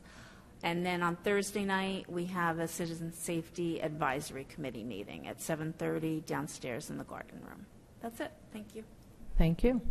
Deputy Mayor Seaton. Thank you, Mayor. The Shade Tree Commission met yesterday. I was unable to attend the meeting, unfortunately, so I will bring that report to the final March work session. Other than that, I have nothing. Thank you. Thank you. I just have a couple of things. First, the blade signs, I'm really excited about that. In all of this corral conversation with a whole bunch of folks, retailers and salons downtown, there was a conversation that just popped up, and they were really excited because one of the new stores is going to add a blade sign, and we had a conversation about that. And they said, what do you mean blade signs? And I said, yeah, you can do those. They didn't even know that we had an ordinance, so I don't know where our chamber liaison was when that happened. I don't know where the communication gap was, but I've since sent the ordinance to those folks, and they're disseminating it. So we're hoping to see really architecturally pretty blade signs, perpendicular signs, old style, vintage looking, that will certainly enhance our central business district. So I think it's really exciting. I do want to say that new business at the old Jekyll and Hyde building is Envy by Melissa Gorga. So we're really excited. I understand she was very busy today. Please pop in, say hello, shop downtown, and we're really thrilled to have Envy by Melissa Gorga here. I also just wanted to say thank you to our village engineer and to Councilwoman Reynolds. We were able to have installed signs in a neighborhood that alerted drivers to an autistic individual in the area. And we've actually had these signs installed elsewhere in the village, and It's been very successful. It just alerts drivers to the fact that someone may not be aware of the danger, imminent danger, or just not capable necessarily of crossing. So it just gives a heightened sense of alert to the to drivers. And finally, Historic Preservation Commission meets tomorrow evening. Access meets next week. Planning Board is Tuesday. Oh, and exciting news. July 4th is on. We met Monday evening. Monday evening was July 4th committee meeting, so we're really excited. The theme, actually I do have it. Let me find it. The theme is very exciting. So the theme is always follows the floats from all of the schools. Let me just get that. So just give me 1 minute. Okay. If I can find it, here we go. Okay. Theme idea, let freedom ring, defined as a statement that the ideals of life, liberty, and the pursuit of happiness should be spread across the earth and allowed to flourish. It's a beautiful theme. We're really excited about that, and we're hoping all of the elementary schools will be totally on board. We are excited. We are planning the full-day events, parade, and fireworks, so it's really exciting. We'll be doing some fundraising and looking at how we're going to structure ticket sales. So I think that is it for me, and with that, we will move on to our meeting. Okay, so tonight is our budget introduction. I'll have Bob Rooney, our CFO, come up. We do have a PowerPoint presentation.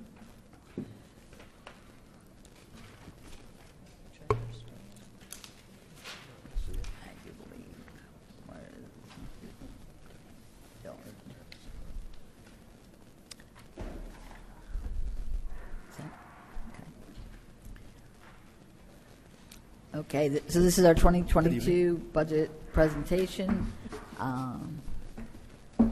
Just wait for Mr. Rooney to get situated.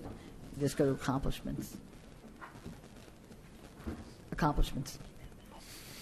Okay, so 2021 accomplishments and highlights. The village had approximately a $2 million street resurfacing program. At the Shedler Park property, approvals were received from SHPO for the berm, trees at the berm, fence, hydrants, and irrigation of the berm. The berm work at the Shedler property was bid out and awarded.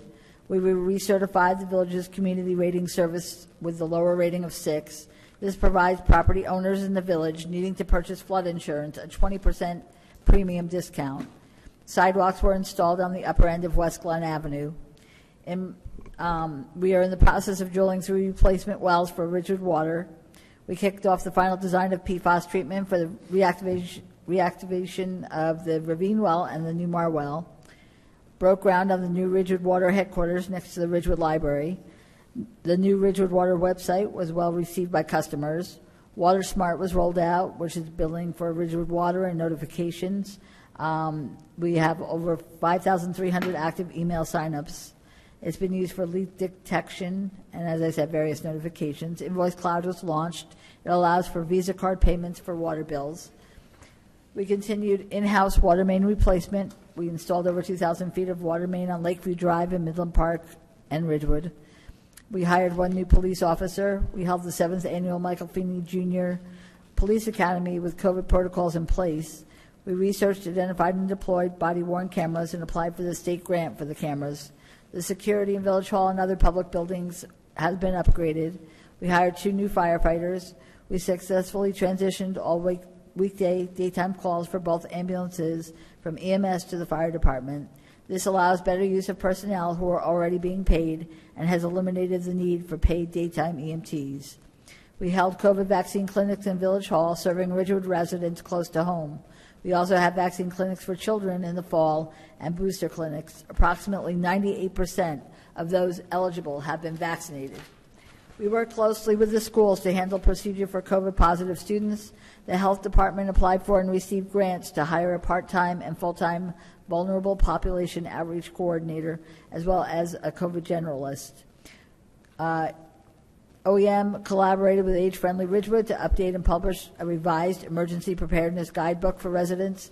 This has not been updated since 2013. We maintained our Standard & Poor's AAA bond rating. We implemented, administered, and deployed Zoom meetings for Village Council, Planning Board, Zoning Board of Adjustment, Downtown for the Holidays, Welcome to Ridgewood, Green Team, Shade Tree Commission, Parks and Recreation Board, Citizen Safety Advisory Committee, Central Business District Advisory Committee. As of the end of December 2021, 677 OPRA requests were received and processed by the Village Clerk's Office. Certified petitions for the vacated Village Council seat were reviewed and certified under a tight timeline of 2 weeks. The food waste disposal program was launched. We prepared and presented to the Village Council various ways to save money in sanitation and recycling pickup. In 2022, bulk waste pickup is limited to 7 items, which will save money for the village. We deployed and advertised the app, Recycle Coach, to residents.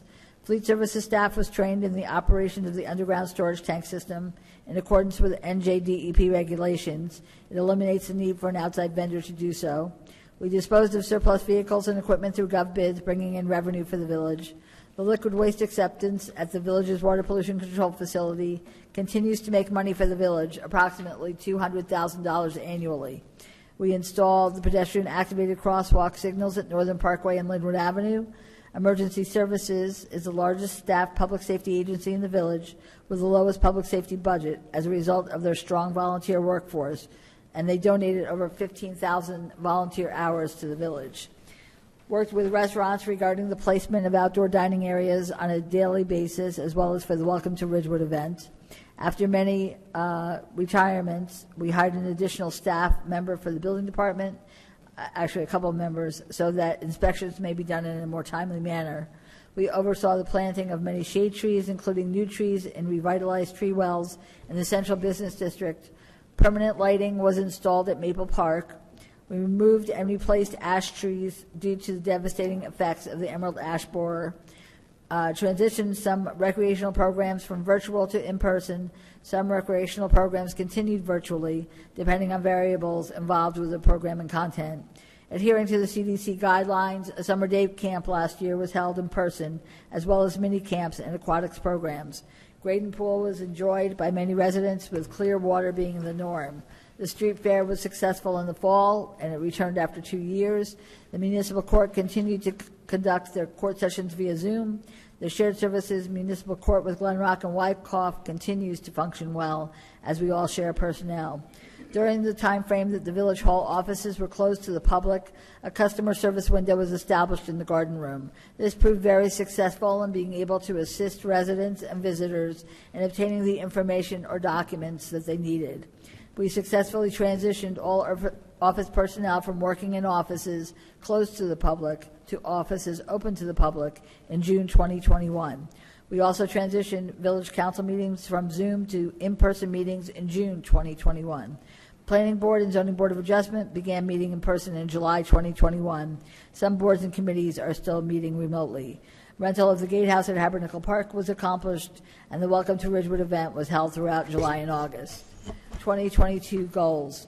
Due to the Village Council approving a robust amount of capital money for trees and tree replacements, the result will be replanting trees, revitalizing tree wells in the Central Business District, and then planting and maintaining the new trees throughout the village. We have awarded the contract for $2 million in 2022 paving projects for village streets. We will complete the construction and move Ridgewood Water into their new headquarters building at 111 North Maple Avenue. We will continue the West Glen Avenue sidewalk installation project, install a pedestrian activated crosswalk signal at West Glen Avenue and Hillcrest Road. We'll increase the community policing presence throughout the village. We will continue working on the plan for the Shedler Park property with the State Historic Preservation Office so that we can obtain approval for the driveway entrance, parking lots, field, walking paths, restroom, and playground, which will move the project forward. We continue working on the restoration of the Zabriskie Shelter House. We successfully completed the first year of the food waste disposal pilot program and will evaluate the data to determine the cost of running a full program. We'll oversee and complete the installation of new phone system for all village offices and buildings. We are going to hold a summer job fair to meet with candidates, as previously mentioned. This is for all interested in summer employment in order to encourage additional candidates to apply for seasonal positions. We are going to hold a traditional summer day camp program and a traditional season at Graydon Pool. We'll remove additional ash trees on public lands due to infestation by the emerald ash borer. We'll seek options for the collection of recyclables that can help limit the costs associated with the reversal in the market. We'll implement a digital art program with the computers donated to the community center and hire a web design company in order to create and maintain a robust website for the police department with specific information required by the state. We're expanding the Water Smart portal for customers of Ridgewood Water, where they have access to many aspects of their account, including water usage, payment of bills, and other important information about Ridgewood Water. Ridgewood Water will continue to pursue PFAS treatment facilities in various locations throughout the utility. Ridgewood Water will also encourage other public water utilities to join with them in coordinating efforts for recovery of PFAS expenses. We're going to replace public safety vehicles and equipment, as well as vehicles and equipment for other departments, and design and implement a facility scheduling process on Community Pass to view all reservations, practices, and games on one master calendar, which will assist the sports groups, the Recreation Division, and the Parks Division as they prioritize field use and maintenance. We'll continue with the well repair and replacement program by rehabilitating several wells. We'll successfully complete the construction of the PVWC interconnection for Ridgewood Water and which will secure an additional 3 million gallons per day of a water source into the Ridgewood water system. Upgrading the lighting in various areas of the Central Business District. Will determine the best way to reallocate parking spaces throughout the Central Business District, given that less people are commuting to New York City. Will determine a way to encourage area residents to dine, shop, and do business in Ridgewood Central Business District, and increase Wi-Fi coverage in the Central Business District. The budget process is a long one. They were sent out to departments in July, and they were required to be back to the Finance Department by early September. Beginning in October, several rounds of internal reviews were held with department directors, and the objective was to provide the best possible numbers and alternatives to the Village Council. The emphasis was on operating efficiencies as well as customer service improvements and investment in people, process, and technology. Budget reviews with the Village Council were designed to elevate the dialogue to include strategic planning as well as daily operations. Operating expenses as well as capital budgets were discussed for the Village, Ridgewood Water Utility, the Parking Utility, and the Library. Various budget meetings were held with the Village Council, where department directors made presentations on their 2022 budget requests. Our final session proposed the water, parking, and capital budgets, in addition to the general water and parking operating budgets. The tax rate was also set. I just do want to mention that I just want to thank Bob Rooney, our Chief Financial Officer, Steve Sanzari, our Treasurer, Olivia Dimitri, who helped us this year for the first time with the budget, as well as all the department directors who put together thoughtful budgets and also realized that we did have to make cuts and were willing to take it, even though it is something that they're going to have to work at to meet those new budget criteria. And I also want to thank the Village Council for their guided process that they went through the whole budget process, and their thoughtful consideration of not only our village departments, but also our village residents in reaching a tax rate. So I'll have Mr. Rooney continue from here. Thank you, Heather. Good evening. Every year we go through this process, I try to identify the risks that are associated with the estimates that we make. This year I identified negotiations with new police union contracts, a defense for tax appeals, appraisal courts, and tax and court settlements, recovering still from the COVID impact on revenues, police overtime, stabilization of infrastructure, and one-time revenues. Our water department is challenged by potential weather conditions, stabilizing their infrastructure, compliance with new EPA water quality regulations, and PFAS debt. And parking will continue until things get back to normal, the new normal, I guess, of recovering from the COVID impact on our parking revenues. Included in this budget are contractual commitments that are through salaries or pension obligations. Our total commitments are roughly $36.05 million, and divided by our total projected budget appropriations, that constitutes 65.6% of our proposed budget. We have unfunded liabilities as of December 31st, 21 of approximately $8.8 million. That means that if all employees were to leave today, our payout would be almost $9 million of liability. In 2021, we paid out $394,000 in retirement benefits for terminal pay. In 2022, we estimate to be $145,000. We currently have a trust fund balance to support any of these payouts of approximately $858,000. We're proposing an operating budget of $54.97 million, a capital budget of $7.5 million. This will result in a 1.99 municipal tax increase, or $93 annual increase on an average assessed home valued at $702,349. Our outstanding bonds and notes at the end of 20 was $59.2 million, and at the end of 21, $64.1 million. Our proposed budget revenue and expenses are up approximately 2.9% from the prior year. The budget introduced, as I indicated, was $54.9 million. This is supported by anticipating surplus of $4 million, miscellaneous revenues of $11.6 million, receipts from delinquent taxes of $571,000, and a total amount to be raised of $38,755,000. That results in the average tax on a homeowner of assessed at $702,000 to be $4,637. Last year it was $4,544 for that increase of $93 that I spoke of.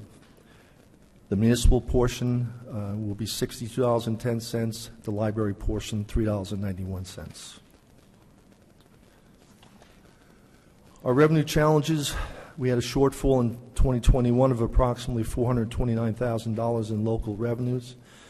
We maximized our anticipated revenues in 2022 by utilizing an allowable 3-year average in order to keep those in line with 2021. We've also optimized the use of revenues in surplus. As I indicated earlier, we do have risks associated with revenue. Those are achieving the revenue targets, recovering from COVID impact from municipal court and building shortfalls, police side jobs, administrative fees, the usual grade and risk of weather, recycling decline of getting reimbursed for recycling, one-time revenues, and trying to minimize the impact of any tax appeals that come up during the year. Opportunities that are available are new tax ratables from developments that have not been assessed in 2021, and any money that may be available under future American Recovery funding.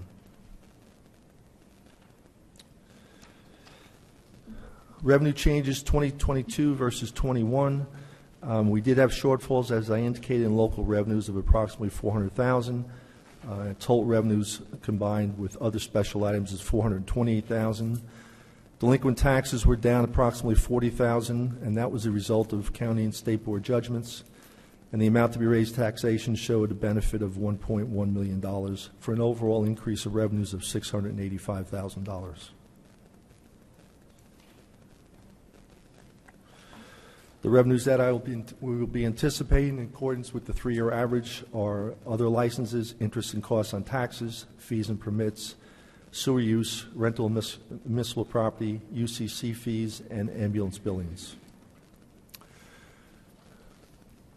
Key revenue fluctuations: court was down. These revenues are declined $239,000 in court, interest and costs on taxes of $40,000, interest on investments of over $100,000, ambulance billings of $74,000, UCC fees of $119,000, fees and permits $24,000, sewer use fees of $62,000, and a pilot program of $52,000 for a total of $711,500. Increases for 2022 can be we can utilize the increase in recreation fees, grade and pool, sewer discharge, and sewer plant discharge for a total of $326,000. The use of surplus is consistent with last year. We will be using $4 million again. The result of that is approximately 7.3% of the operating budget.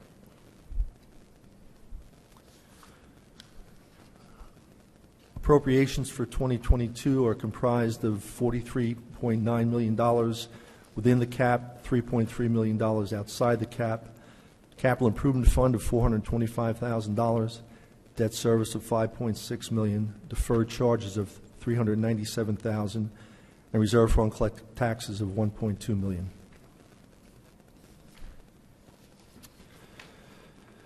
Increase for the comparison of 2022 versus 2021.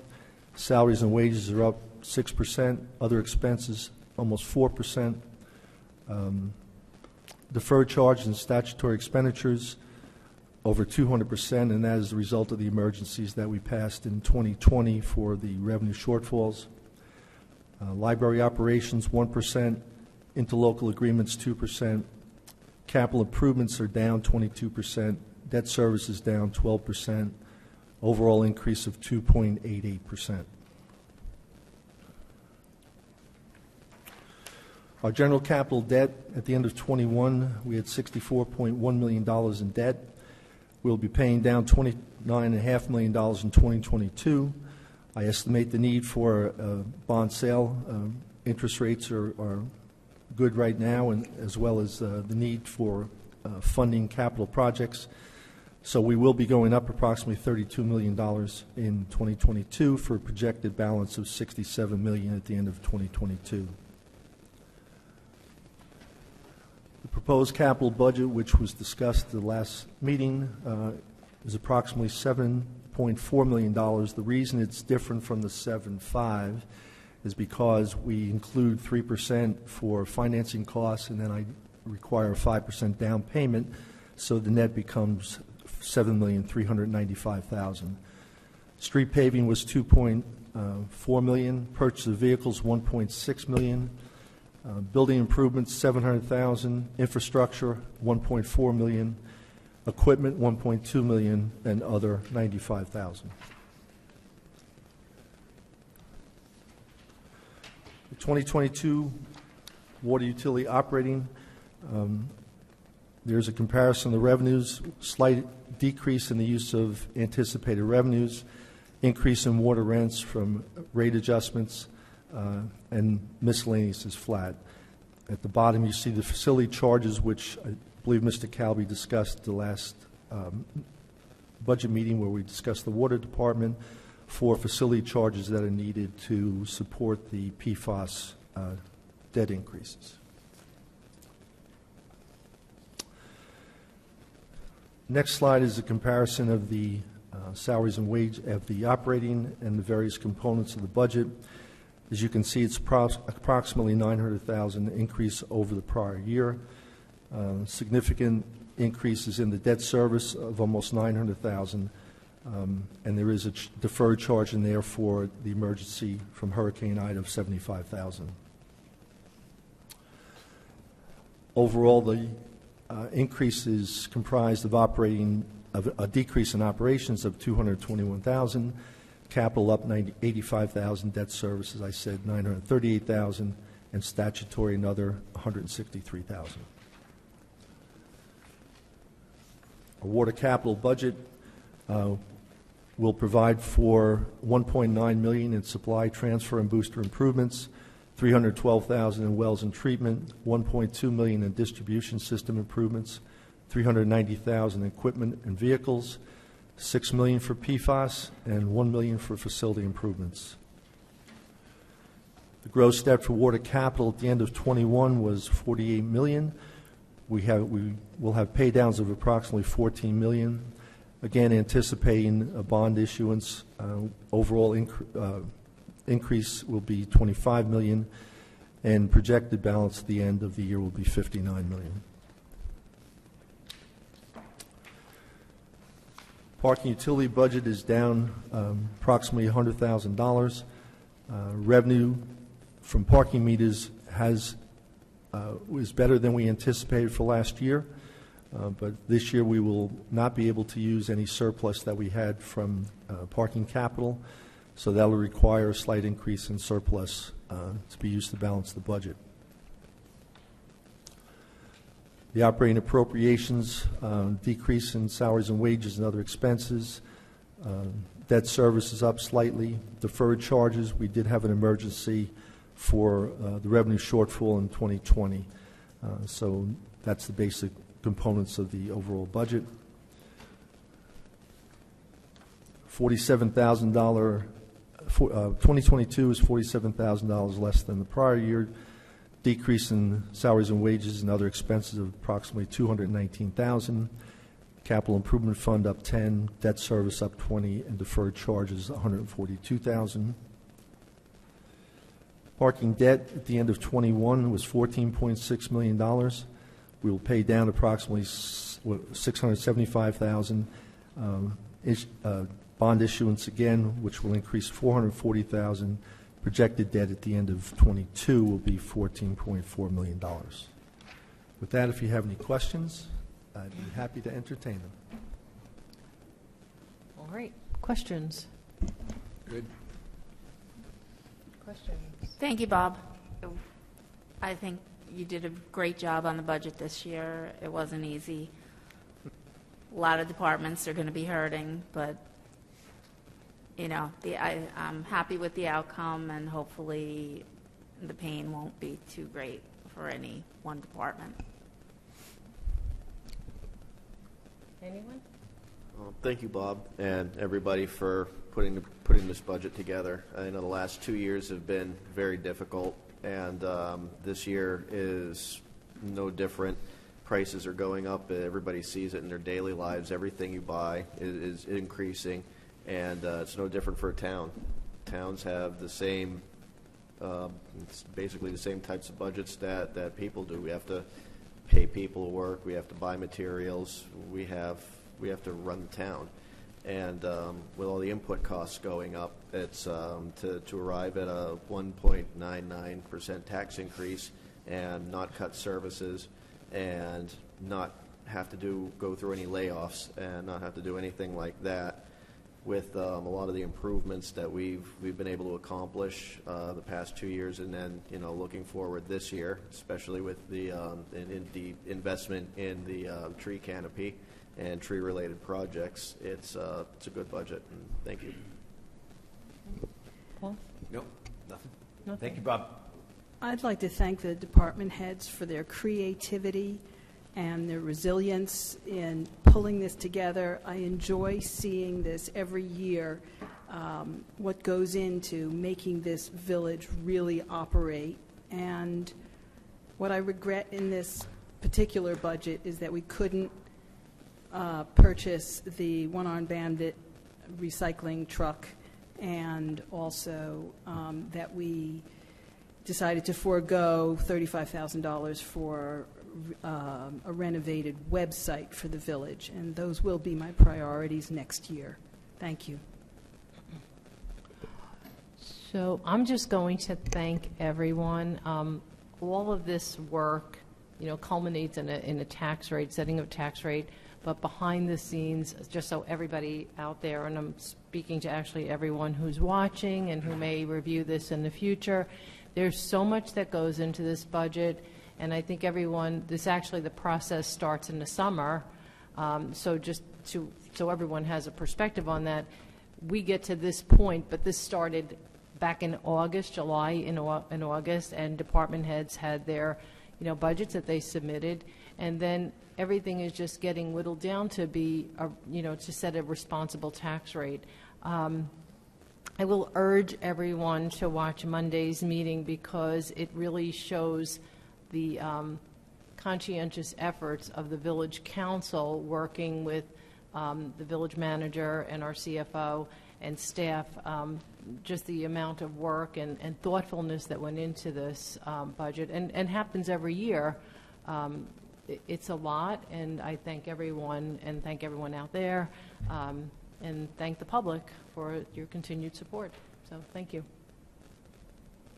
Okay. Now we go back to our thing here. Hang on. Okay. So with that, we're going to go to that 3895, right? Very good. Yes. All right. I move the first reading of ordinance 3895. Second. Perrin. Yes. Reynolds. Yes. Seaton. Yes. Vagianos. Yes. And Newton. Yes, so ordered. Will the clerk please read ordinance 3895 by title? Calendar year 2022 ordinance to exceed the municipal budget appropriation limits and to establish a cap bank, NJSA 48:4-45.14. I move that ordinance 3895 be adopted on first reading and that April 13th, 2022 be fixed as the date for the hearing thereon. I second the motion. Perrin. Yes. Reynolds. Yes. Seaton. Yes. Vagianos. Yes. And Newton. Yes, we're going to move to the consent agenda on first resolutions. Yes, the following resolutions, number 22-81 through 22-84, will be adopted by a consent agenda with one vote by the Village Council. They will be read by title only. Approved temporary water utility capital budget. Approved temporary general capital budget. Increased 2022 deferred school taxes. Authorized 3-year revenue average for 2022 budget. May I have a motion? So moved. Second. Perrin. Yes. Reynolds. Yes. Seaton. Yes. Vagianos. Yes. And Newton. Yes. The following resolution, numbered 22-85, will be considered separately and read in full. Municipal budget notice of the Village of Ridgewood, County of Bergen, for calendar year 2022. Be it resolved that the following statements of revenues and appropriations shall constitute the municipal budget for the year 2022. And be it further resolved that said budget be published in the Ridgewood News in the issue of March 25th, 2022, with a public hearing to be held on April 13th, 2022. And be it finally resolved that the Village Council of the Village of Ridgewood does hereby approve the following as the budget for the year 2022.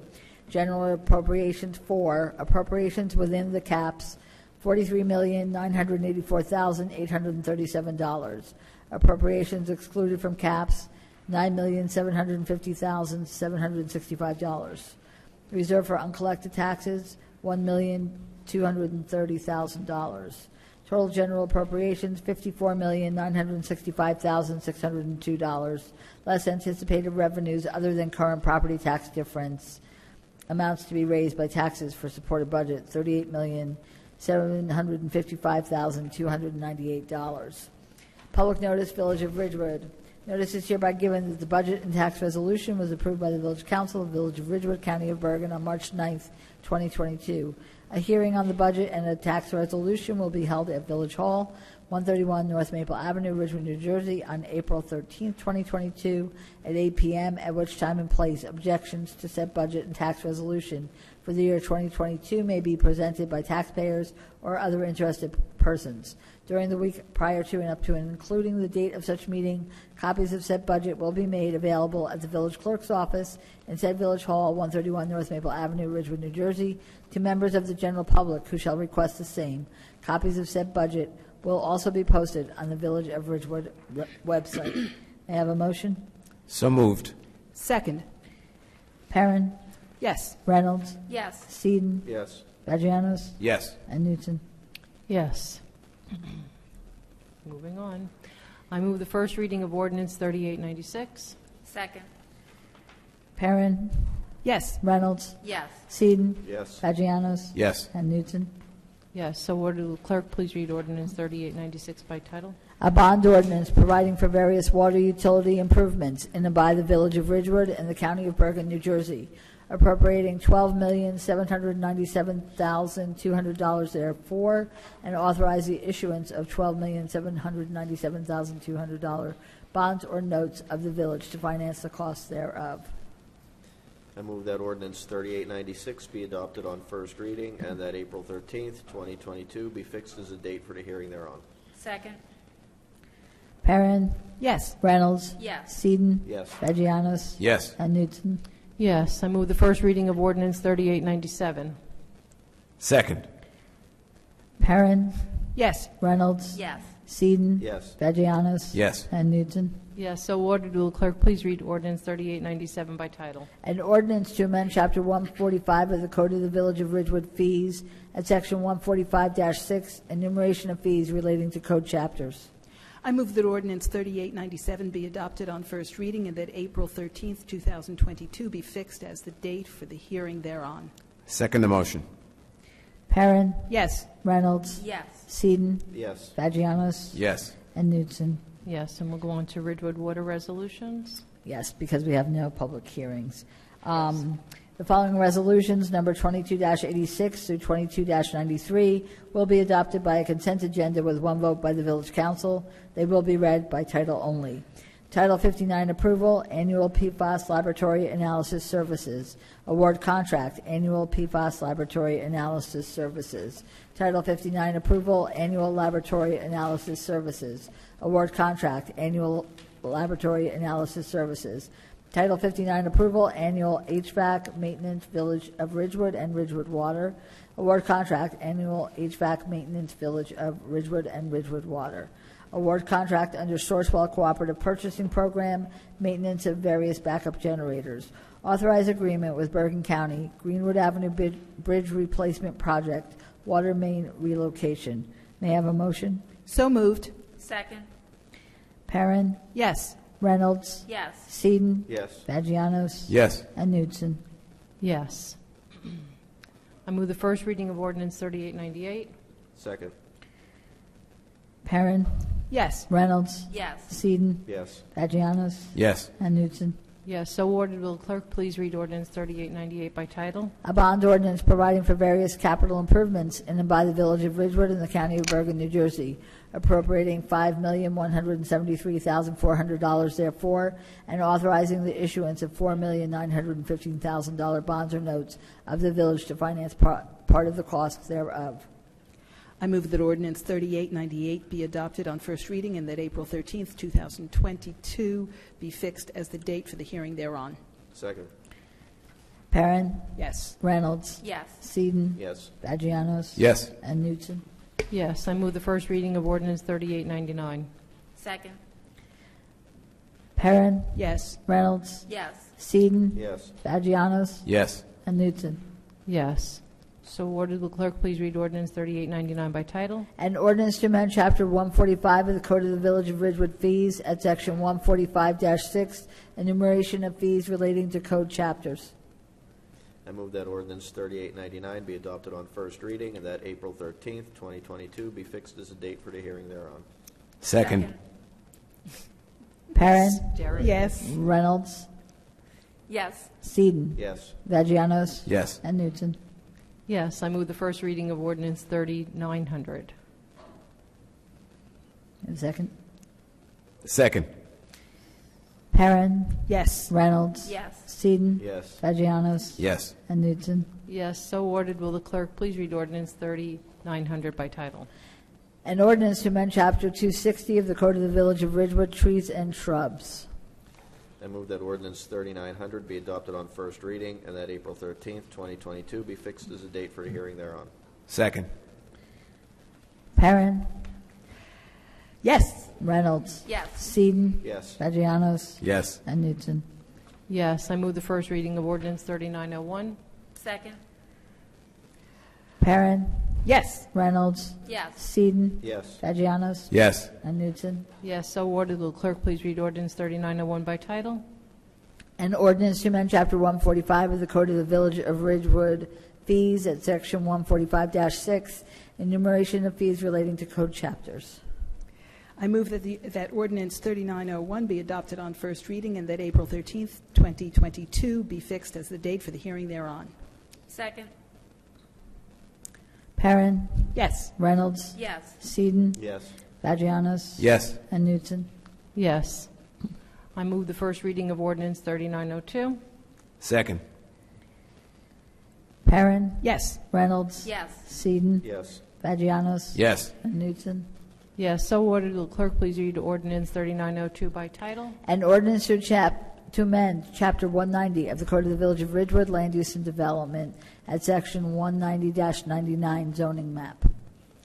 I move that ordinance 3902 be adopted on first reading and that April 13th, 2022 be fixed as the date for the hearing thereon. Second. Perrin, Yes. Reynolds, Yes. Seaton, Yes. Vagianos, Yes. and Newton. Yes. I move the first reading of ordinance 3903. I'm going to recuse myself from this matter. May I have a second? Oh, that's me. Second.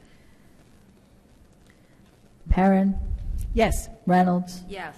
Seaton, Yes. and Newton. Yes, so ordered. Will the clerk please read ordinance 3903 by title? An ordinance to amend Chapter 265 of the Code of the Village of Ridgewood Vehicles and Traffic at Section 265-33 permit parking. I move that ordinance 3903 be adopted on first reading and that April 13th, 2022 be fixed as a date for the hearing thereon. I second the motion. Perrin, Yes. Reynolds, Yes. Seaton, Yes. and Newton. Yes. I move the first reading of ordinance 3904. I am also going to recuse myself from this matter. Second. Perrin, Yes. Reynolds, Yes. Seaton, Yes. and Newton. Yes, so ordered. Will the clerk please read ordinance 3904 by title? An ordinance to amend Chapter 145 of the Code of the Village of Ridgewood fees at Section 145-6, enumeration of fees relating to code chapters.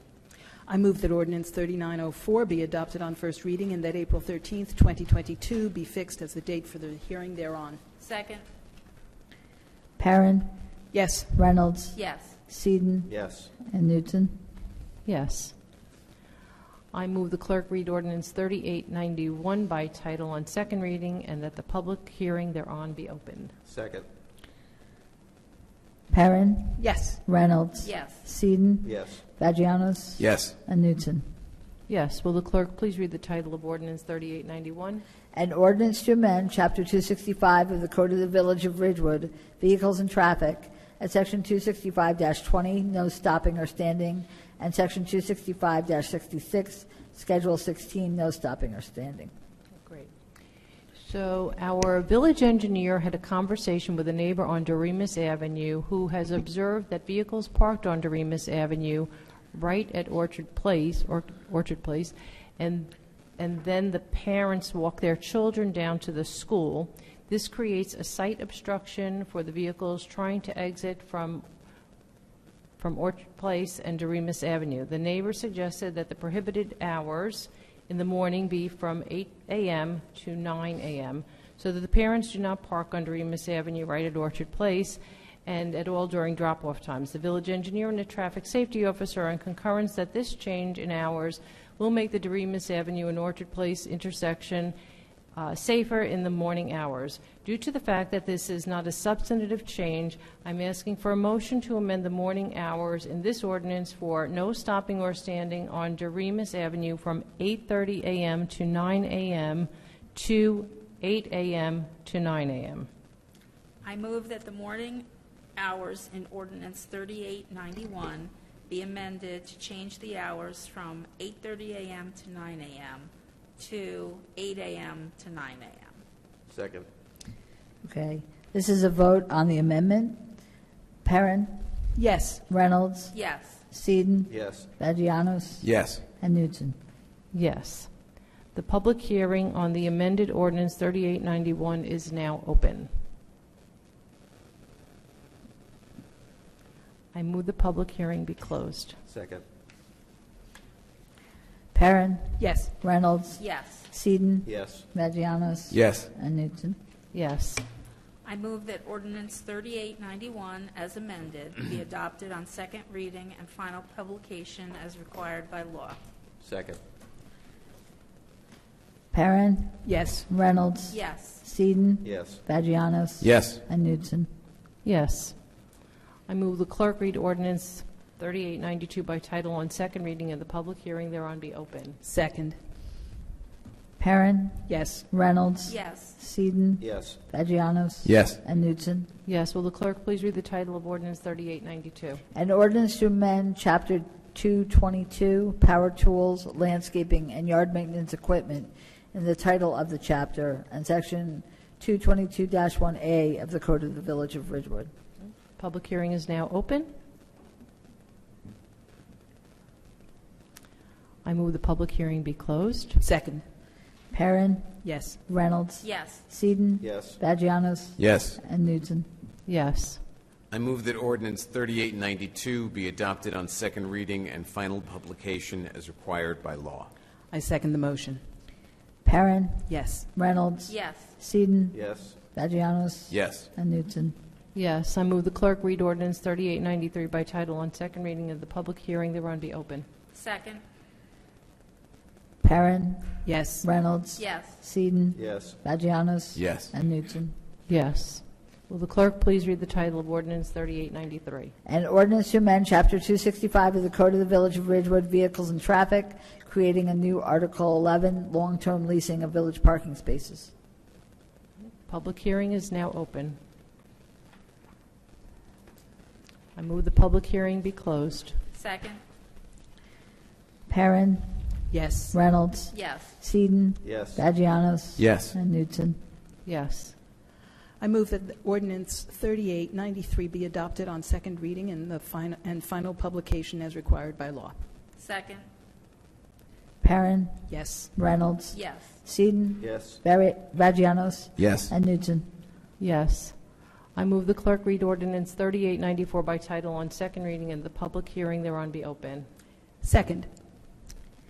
Perrin, Yes. Reynolds, Yes. Seaton, Yes. Vagianos, Yes. and Newton.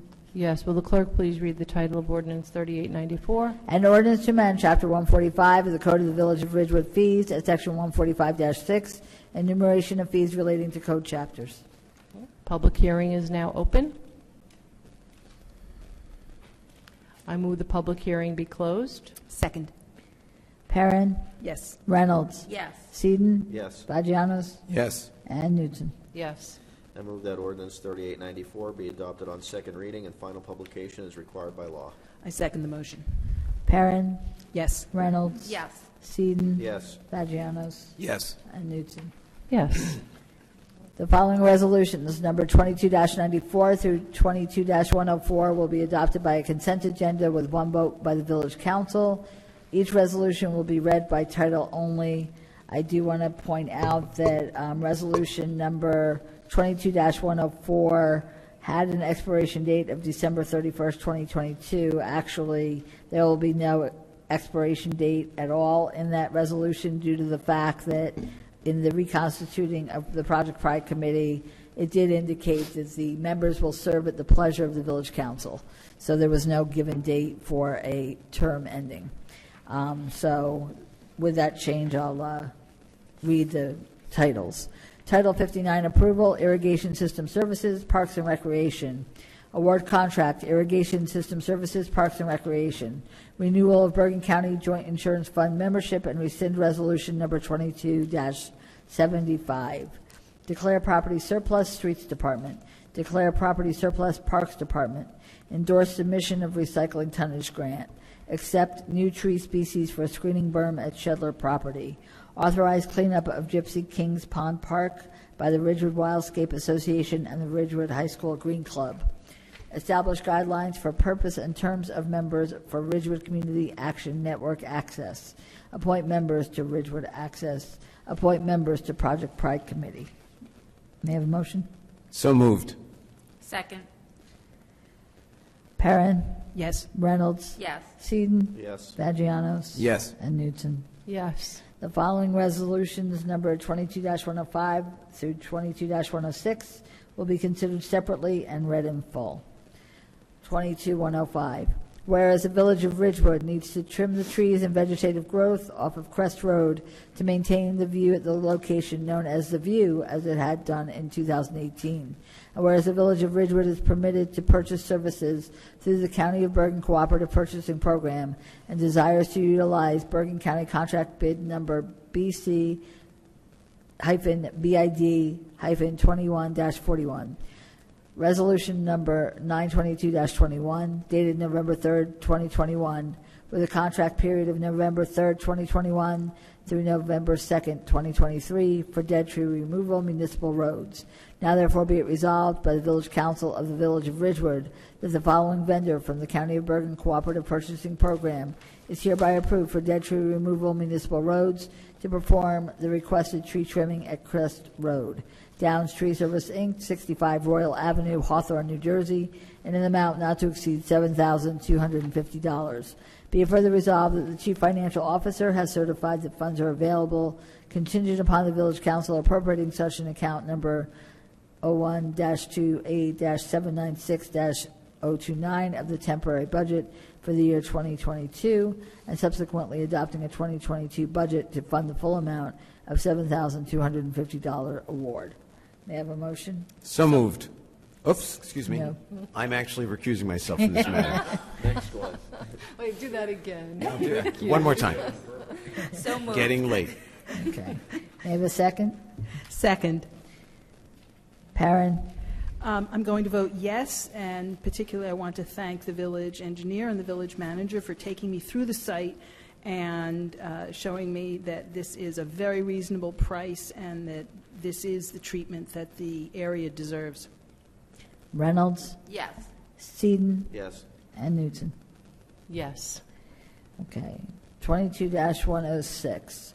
Whereas there exists a need to purchase and install an additional acoustical soundproofing material to further reduce the sound created during pickleball play at the Glen Courts.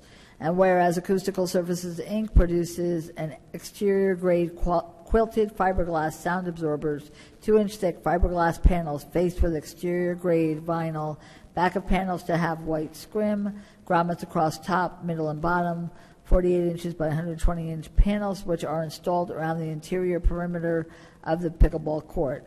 And whereas comparable written price quotes were obtained for this soundproofing material from the companies, and Vibration Products, Inc. was the lowest quote at $23,980, inclusive of shipping freight. Now therefore be it resolved by the Village Council of the Village of Ridgewood that the purchase of this acoustical soundproofing material be purchased from Vibration Products, Inc., 1783 Kenny Road, Columbus, Ohio, in an amount not to exceed $23,980. Be it further resolved that the Chief Financial Officer has certified that funds are available on account number C-04-55-9BT-193. May I have a motion? So moved. Second. Perrin? Yes. Reynolds? So before I vote, I just want to say I would love to abate the noise at the pickleball court for the neighbors in the area. But this particular item, I don't think we have been given enough information or an indication that it will work. And as we've seen in the budget process, $24,000 is a lot. We've seen departments have to cut again, cut a third time, a fourth time, and even at the last budget meeting, we had to take off almost 8% across the board for departments. So the departments that have a small budget, $24,000 would go a long way.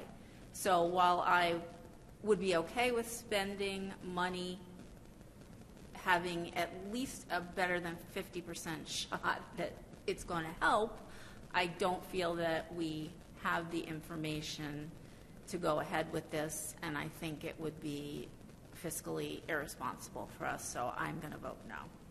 Seaton? Yes. Vagianos? Yes. And Newton?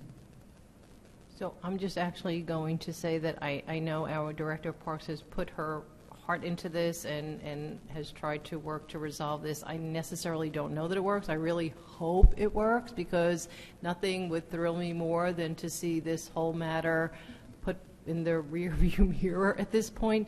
But I, too, am not comfortable, just based on my understanding of how this would work. I'm not comfortable. I don't know if it's going to work, and I'm going to abstain.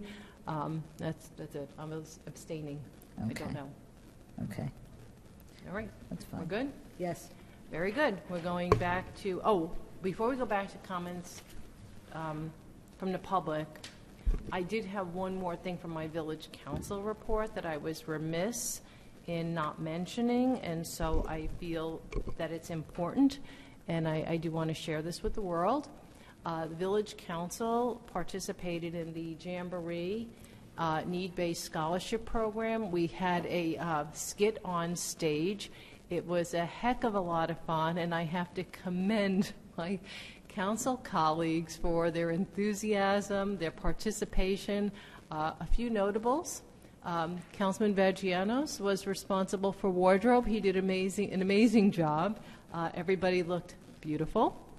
Councilwoman Perrin was responsible for our little dance part, and that was fun, and it was really very well received. The deputy mayor had a little drum roll, or I don't know what you call that, just to make sure we stayed on cue.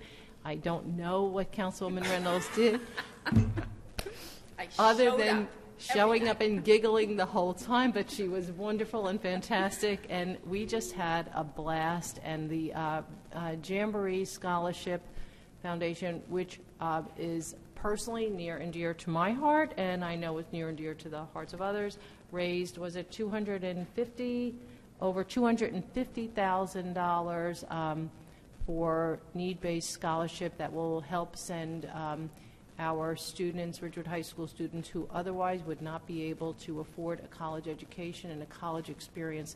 This will help fund that opportunity for them. So we're grateful to everyone at Jamboree, and I really have to commend. I want to say that I think the Village Council, the Village of Ridgewood, got more applause than anyone else out there. That would be just okay, maybe not quite. In any event, with that, we're going back to comments from the public, not to exceed 5 minutes per person. Come on up, name and address for the record.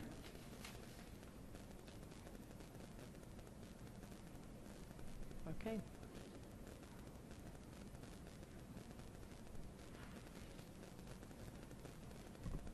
Lillian Blood, 250 North Maple Avenue.